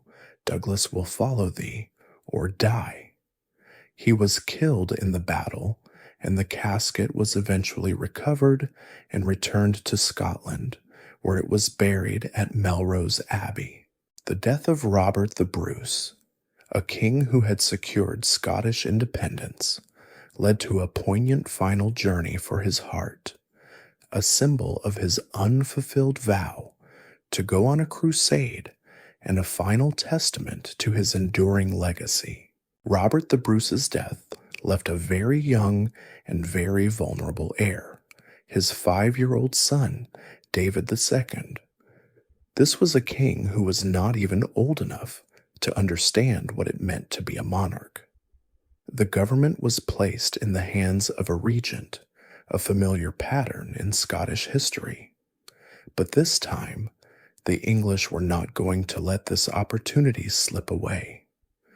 The new English king, Edward III, was a young, ambitious, and highly capable monarch. He had been a boy when the Treaty of Edinburgh-Northampton was signed, and he had always resented the humiliating terms of the peace. He saw David II's minority as a perfect opportunity to undo his father's mistakes and to reassert English control over Scotland. He did this not by outright invasion, but by supporting a pretender to the Scottish throne, a man named Edward Balliol. Edward Balliol was the son of the deposed king, John Balliol. He was a man with a legitimate, though weak, claim to the throne, and he was the perfect tool for the English king. Edward III provided Balliol with a small force, a group of disinherited English nobles who had lost their lands in Scotland after Bannockburn, and they launched an invasion. They defeated the Scottish army at the Battle of Duplin Moor and crowned Edward Balliol as the new king of Scots. This was the beginning of a new war, a war that would be just as long and just as brutal as the first. The young King David II was forced to flee to France, and for a time Scotland had 2 kings, a situation that was both confusing and deeply destabilizing. The peace that Robert the Bruce had so painstakingly built was now in ruins. The return of Edward Balliol, a puppet king with a claim to the throne and the backing of the English, plunged Scotland into another period of civil war. The country was once again divided, with some nobles supporting the young King David II, who was in exile in France, and others siding with Balliol and his English allies. This was a long and messy conflict, a period of shifting loyalties and brutal skirmishes. The English king, Edward III, was a master of using this internal conflict to his advantage. He would invade Scotland and then withdraw, using the Civil War as a way of keeping the Scots off balance and preventing them from uniting against him. It was a kind of political jujitsu, a way of using his enemy's own strength against them. But the Scots, for all their internal divisions, were not about to give up their independence. The spirit of Robert the Bruce, the memory of Bannockburn, was still fresh in their minds. The Scottish patriots, led by men like Andrew Murray and Robert Stewart, fought a long and difficult guerrilla war against Balliol and his English-backed forces. This was a war of attrition, a slow and grinding conflict that would last for years. The English would win a battle, and then the Scots would melt back into the hills, only to reappear and strike again when the English were least prepared. It was a frustrating and seemingly endless conflict for the English, a war that was costing them a fortune in men and money, and seemed to be going nowhere. The young King David II, meanwhile, was growing up in France, a world away from his troubled kingdom. He was a ward of the French king, a pawn in the great game of European power politics. This was a good thing for him, as it kept him safe from the English, but it also meant that he was a king who was disconnected from his people. He returned to Scotland in 1341, a young man of 17, and he was immediately thrust into a war that had been raging for most of his life. He was a man with a tough act to follow, the son of a legendary king, and he was not nearly as capable or as charismatic as his father. He was a king who, for all his good intentions, was simply not up to the job. David II's reign was marked by continued conflict with England. The English king, Edward III, was now a major player on the European stage, and he was locked in a long and bloody conflict with France that would become known as the 100 Years' War. This was an opportunity for the Scots. In 1346, the French king, David's ally, urged him to invade England to relieve the pressure on the French. David, perhaps unwisely, agreed. He led a Scottish army south, but they were defeated at the Battle of Neville's Cross near Durham, and David himself was captured. The capture of David II at the Battle of Neville's Cross was a major setback for the Scottish war effort and a personal catastrophe for the Scottish king, leading to his long imprisonment in England and further instability in the kingdom. David II would spend the next 11 years as a prisoner of the English. He was a valuable political prize, a bargaining chip that the English king could use to extract concessions from the Scots. The Scottish government in the hands of a regent was now in a difficult position. They had to pay a huge ransom to get their king back, a massive sum that was a huge drain on the Scottish treasury. The English, meanwhile, were happy to let the Scots deal with their own internal divisions, and they were happy to let the country pay for its own ransom. The long, turbulent reign of David II was a clear sign that the golden age of Robert the Bruce was over, and that the kingdom of Scotland was once again a troubled and unstable place. The long imprisonment of David II in England from 1346 to 1357 was a period of immense political instability in Scotland. The Regency government was weak and divided, and the kingdom was constantly under threat from renewed English incursions. David II was finally released in 1357, but only after the Scots agreed to pay a massive and crippling ransom over a period of many years.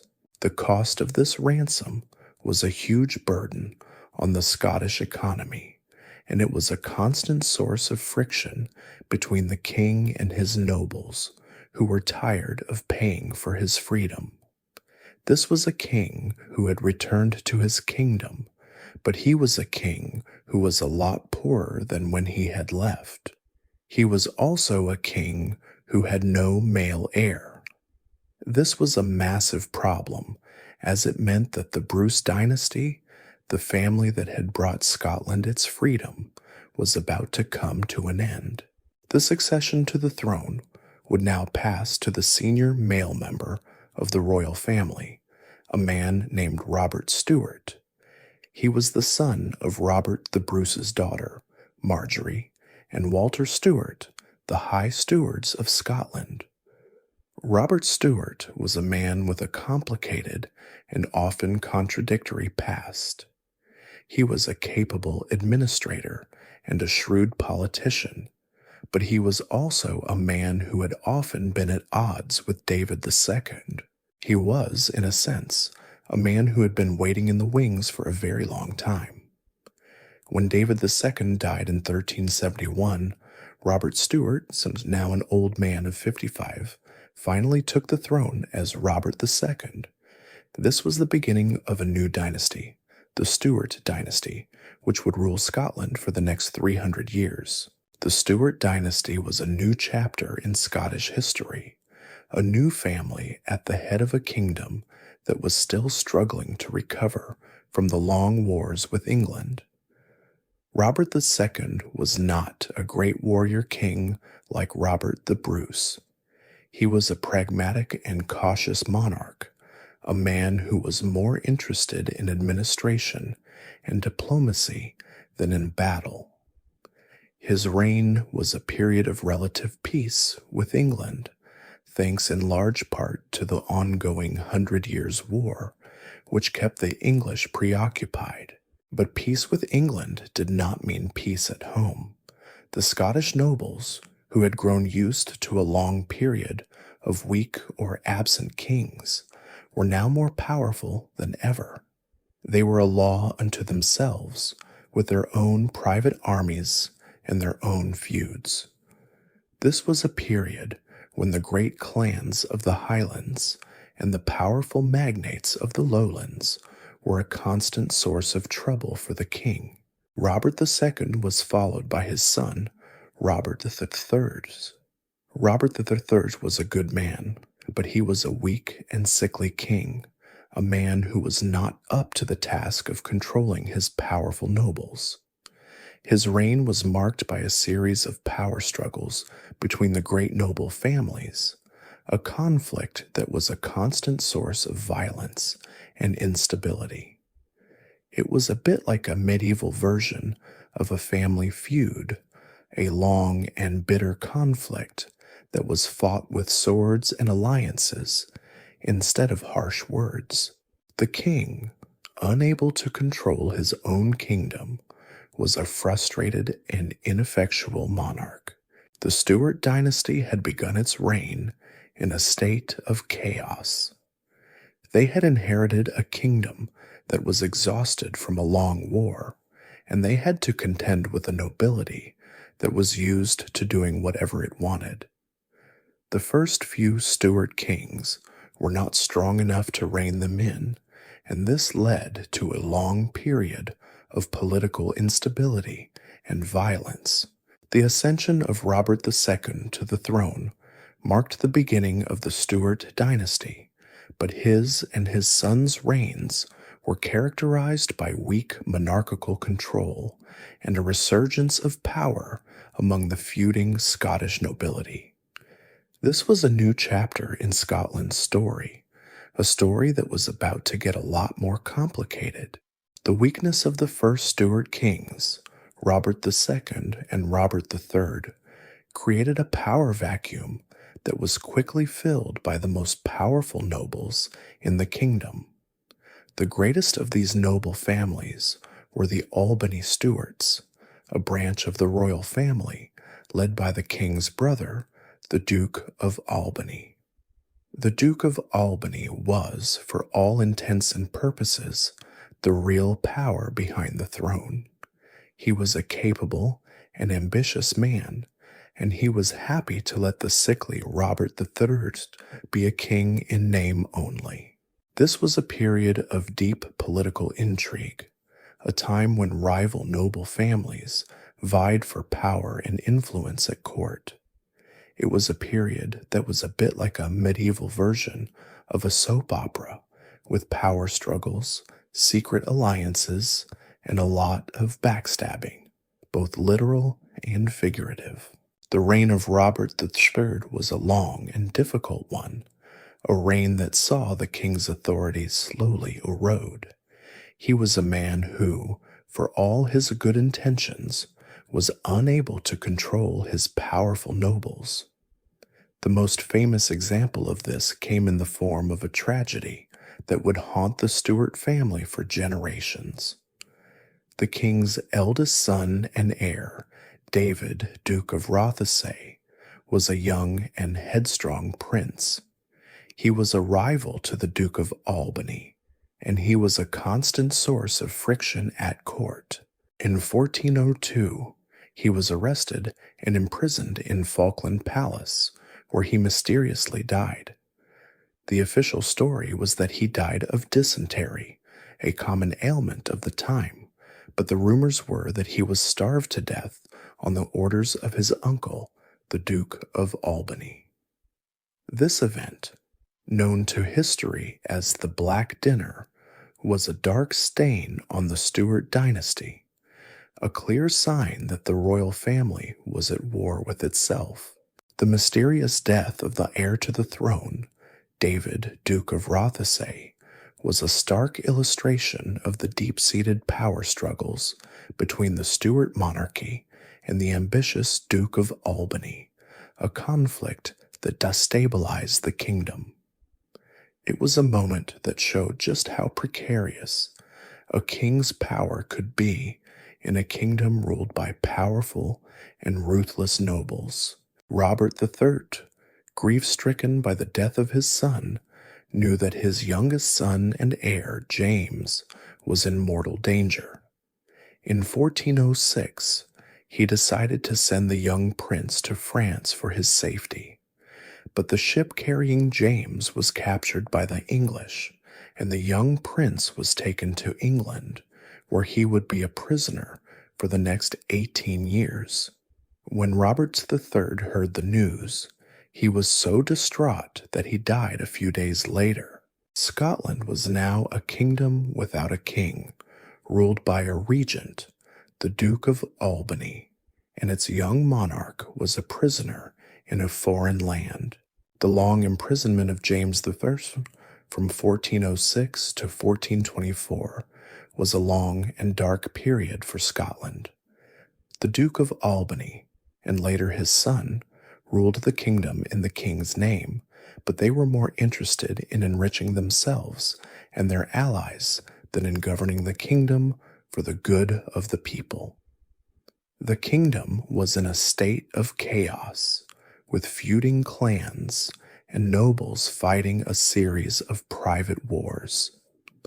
The king, a prisoner in England, was powerless to stop it. It was a bit like a classroom where the teacher is gone and the substitute has no idea what's going on, a total free-for-all. But James I, in his long captivity, was not idle. He was a brilliant and highly educated young man, and he was an avid student of both warfare and government. He was a king who was being groomed for a job that he would one day have to do, and he was learning from the best teachers in the world, even if they were his captors. He would one day return to his kingdom, and he would be a very different kind of king. The year 1424 marked the end of a long and difficult chapter for Scotland. After 18 years as a prisoner in England, James the Martyr finally returned to his kingdom. But he was not the same young boy who had been captured. He was now a seasoned and highly educated monarch, a man who had spent his captivity studying the art of governance and the military tactics of the English. He was a king with a clear purpose: to restore royal authority and to bring order to a kingdom that had been torn apart by feuding nobles. He had been a prisoner, but he had also been an apprentice, learning from his captors, and he was now ready to apply those lessons. His return was a moment of immense hope for the Scottish people, a sign that the chaos of the last few decades was finally coming to an end. James the Fifth was a reformer, a king who was determined to be the master of his own kingdom. He immediately set about the task of reining in the powerful nobles who had grown used to acting with impunity. He began by targeting the family that had held power during his absence, the Albany Stewarts. He had them arrested and executed for treason, a ruthless but necessary act that sent a clear message to the rest of the nobility. He was a king who was not to be trifled with, a man who was willing to use violence to restore order. He also passed a series of laws that were designed to strengthen the monarchy and to reform the government. He created a new system of justice. He reformed the royal finances, and he tried to introduce a system of land tenure that would make the nobles more dependent on the king.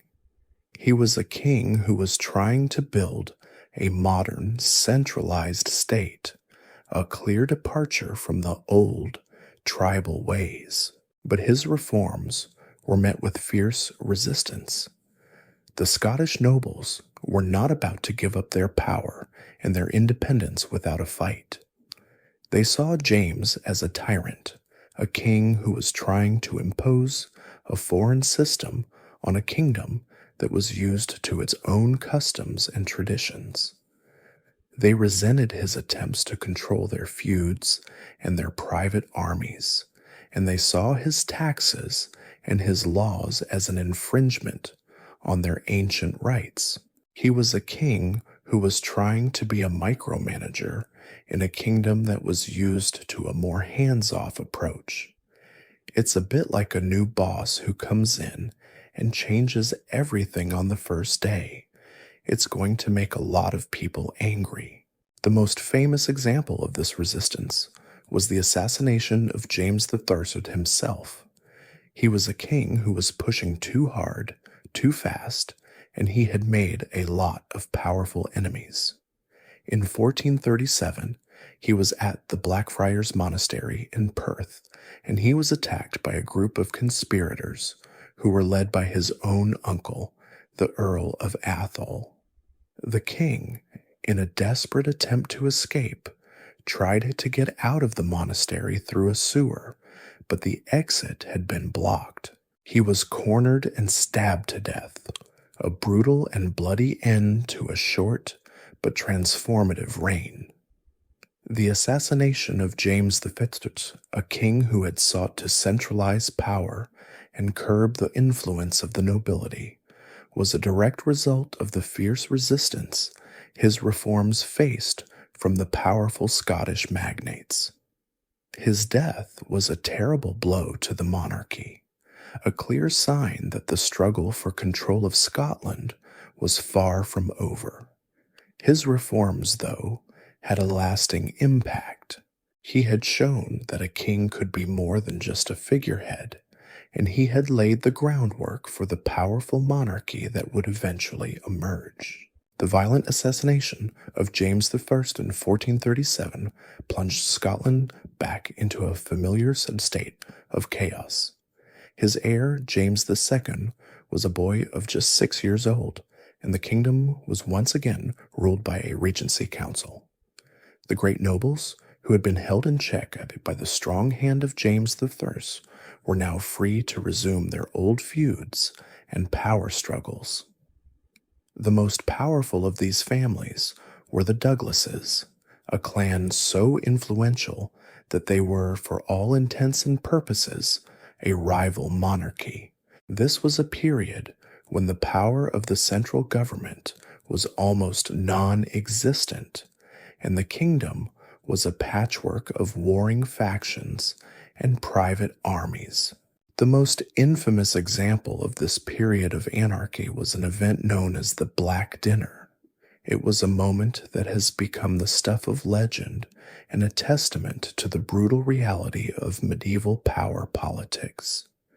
In 1440, the young James II was a pawn in a power struggle between the Crichton and Livingston families, who were trying to control the regency. To consolidate their power, they decided to eliminate their greatest rivals, the Black Douglases, led by a young and powerful 16-year-old Earl of Douglas. The young Earl and his younger brother were invited to a banquet at Edinburgh Castle, a feast hosted by the king himself. It was, by all appearances, a peaceful and friendly gathering, but in the middle of the meal, a symbol of a black bull's head was placed on the table, a clear sign of their impending doom. The two boys were immediately seized, and despite the young king's pleas, were dragged out into the courtyard and summarily executed. The Black Dinner was a brutal act of political murder, a shocking and public display of the ruthlessness of the Scottish nobility and the deep-seated feuds that undermined royal authority during the minority of James II. The death of the Douglas boys did not end the feud, it simply inflamed it. The Douglas family, now led by a new and even more powerful earl, went to war against the royal government. The next decade was a period of constant conflict, a long and messy civil war that was fought across the Scottish countryside. The young king, James II, was growing up in the middle of this chaos, a young man who was surrounded by violence and betrayal. He was a king who had to learn, at a very young age, how to be ruthless and how to be a survivor. He was a man who, unlike his father, was a master of political maneuvering, a king who was willing to play one noble family against the other to secure his own power. When he finally took control of his kingdom, he was a king who was determined to put an end to the Douglas problem once and for all.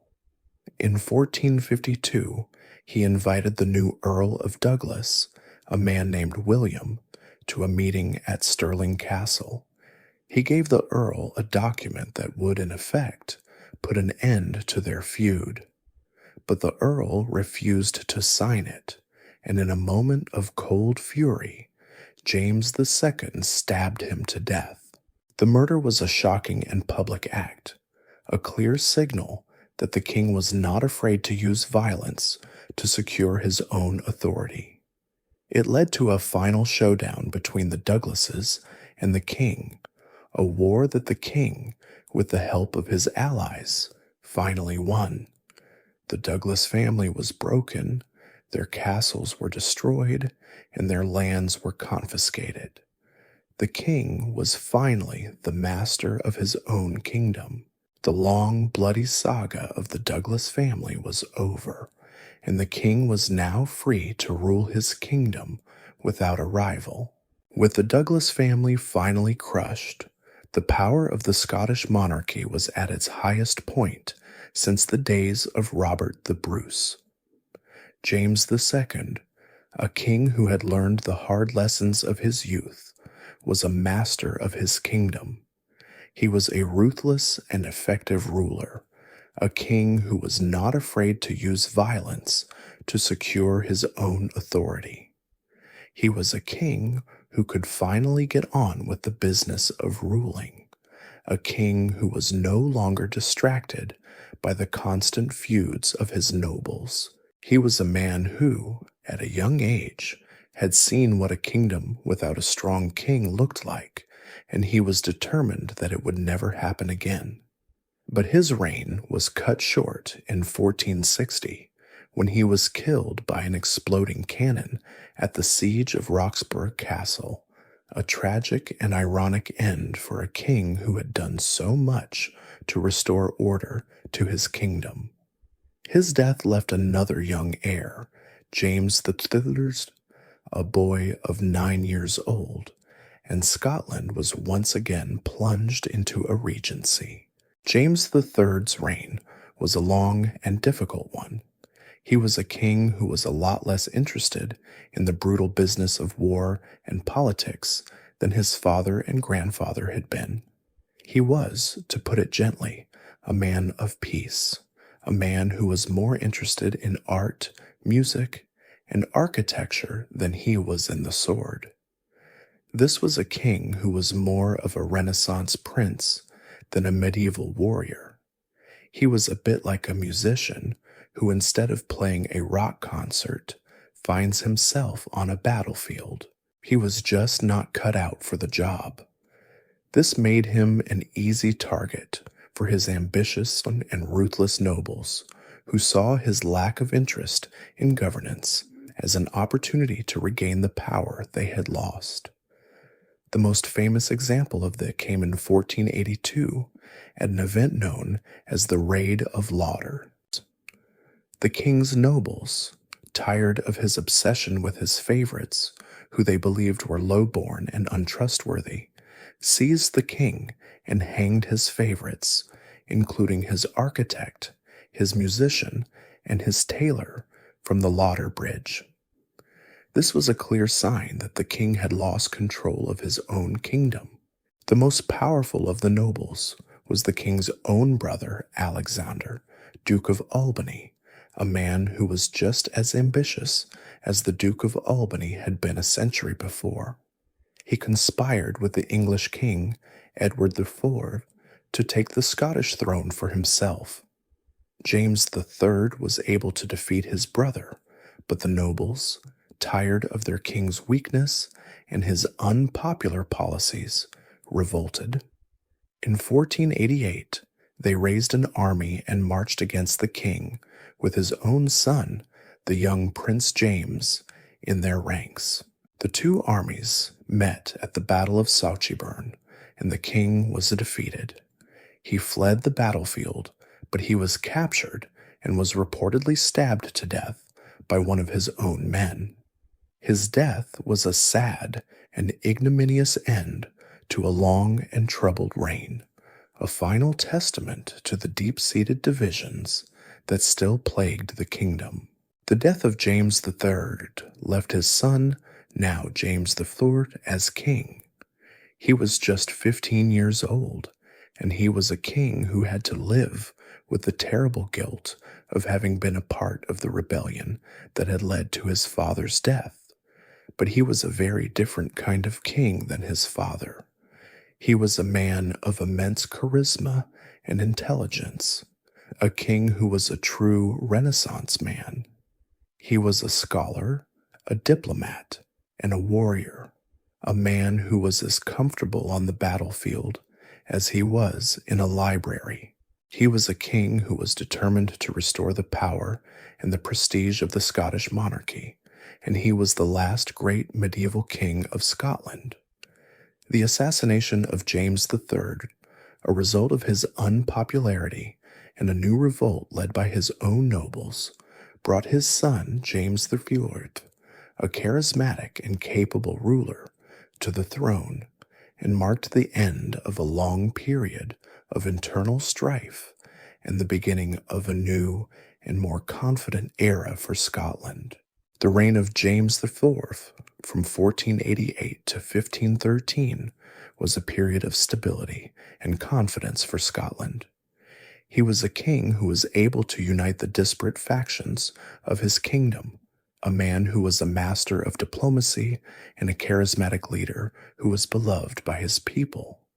He was a true Renaissance prince, a man who was as comfortable in the Highlands, speaking Gaelic and hunting with his nobles, as he was at his court in Edinburgh, where he patronized the arts and sciences.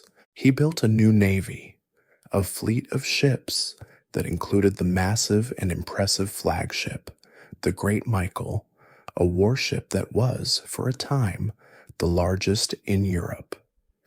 He reformed the justice system, and he was the first Scottish king to visit the far-flung parts of his kingdom, bringing the power of the monarchy to the remotest corners of the land. He was a king who was not afraid to be a part of his kingdom, a man who was willing to get his hands dirty. This was a king who was a lot more like his ancestor, Robert the Bruce, than he was like his father or grandfather. But for all his strengths, James IV was a man who could not escape the shadow of his powerful neighbor. His relationship with England, now ruled by the new Tudor dynasty, was a complex and often contradictory one. He was, on the one hand, a man who was determined to maintain Scotland's independence. But he was also a man who was married to an English princess, Margaret Tudor, the daughter of the English king, Henry VII. This marriage, known as the Union of the Thistle and the Rose, was meant to bring a lasting peace between the two kingdoms. It was a clever political move, a way of binding the two royal families together. It was a bit like a medieval peace treaty that was sealed with a wedding ring. The peace, however, would not last. When Henry VIII, a young and ambitious king, took the English throne, the old rivalry between the two nations flared up once again. Henry VIII was a king who was more interested in war and conquest than he was in diplomacy, and he was a man who had no intention of being a junior partner in any relationship. He invaded France, Scotland's oldest ally, and this put James IV in a difficult position. He was faced with a choice between his French allies and his English family, and he was a man who was determined to honor his commitments. In 1513, he led a massive Scottish army south, an invasion of England that was meant to force Henry VIII to abandon his war with France. The two armies met at the Battle of Flodden Field, and the result was a catastrophe for Scotland. The battle was a complete and utter disaster. The Scottish army, with its long spears, was no match for the English army, with its powerful longbows and its disciplined infantry. The Scottish army was annihilated, and thousands of men were killed, but the most significant loss was the death of the king himself. James IV was killed in the battle, a tragic and heroic end for a king who had done so much to bring his kingdom into a new age. His death was a terrible blow to the Scottish people, a loss so profound that it would take the kingdom decades to recover. The death of James IV at the Battle of Flodden Field, a tragic end for a king who had brought Scotland into a new era of stability, marked the end of Scotland's golden age and the final chapter of its medieval history. The Renaissance, with its new ideas and its new kind of warfare, had arrived, and the old medieval world of feuding nobles and chivalric battles was now a thing of the past. And so, The sun set on the long and difficult story of medieval Scotland, a story that was a testament to the enduring spirit of a people who, against all odds, had fought for their freedom and had won. And so, the story of medieval Scotland sinks into a quiet twilight, a tale of mist-shrouded hills and whispering stone, of kings and queens whose names echo softly in the halls of time. The battles and the triumphs, the betrayals and the loyalties, all of it now a part of the long, slow rhythm of history. The great castles and the ancient abbeys, once a stage for grand human drama, now stand as silent sentinels, holding their secrets close. The echoes of a people's journey, a long and winding road from the mysterious Picts to the dawn of a new age, have faded into the peaceful stillness of the night. It is a story not of an ending, but of a quiet rest, a pause in the great narrative of a nation. Now, as the last words settle in the air, you can let your own thoughts drift away, like the gentle mist over the Highland lochs, and find your way to a quiet and peaceful sleep. End of script. Sweet dreams.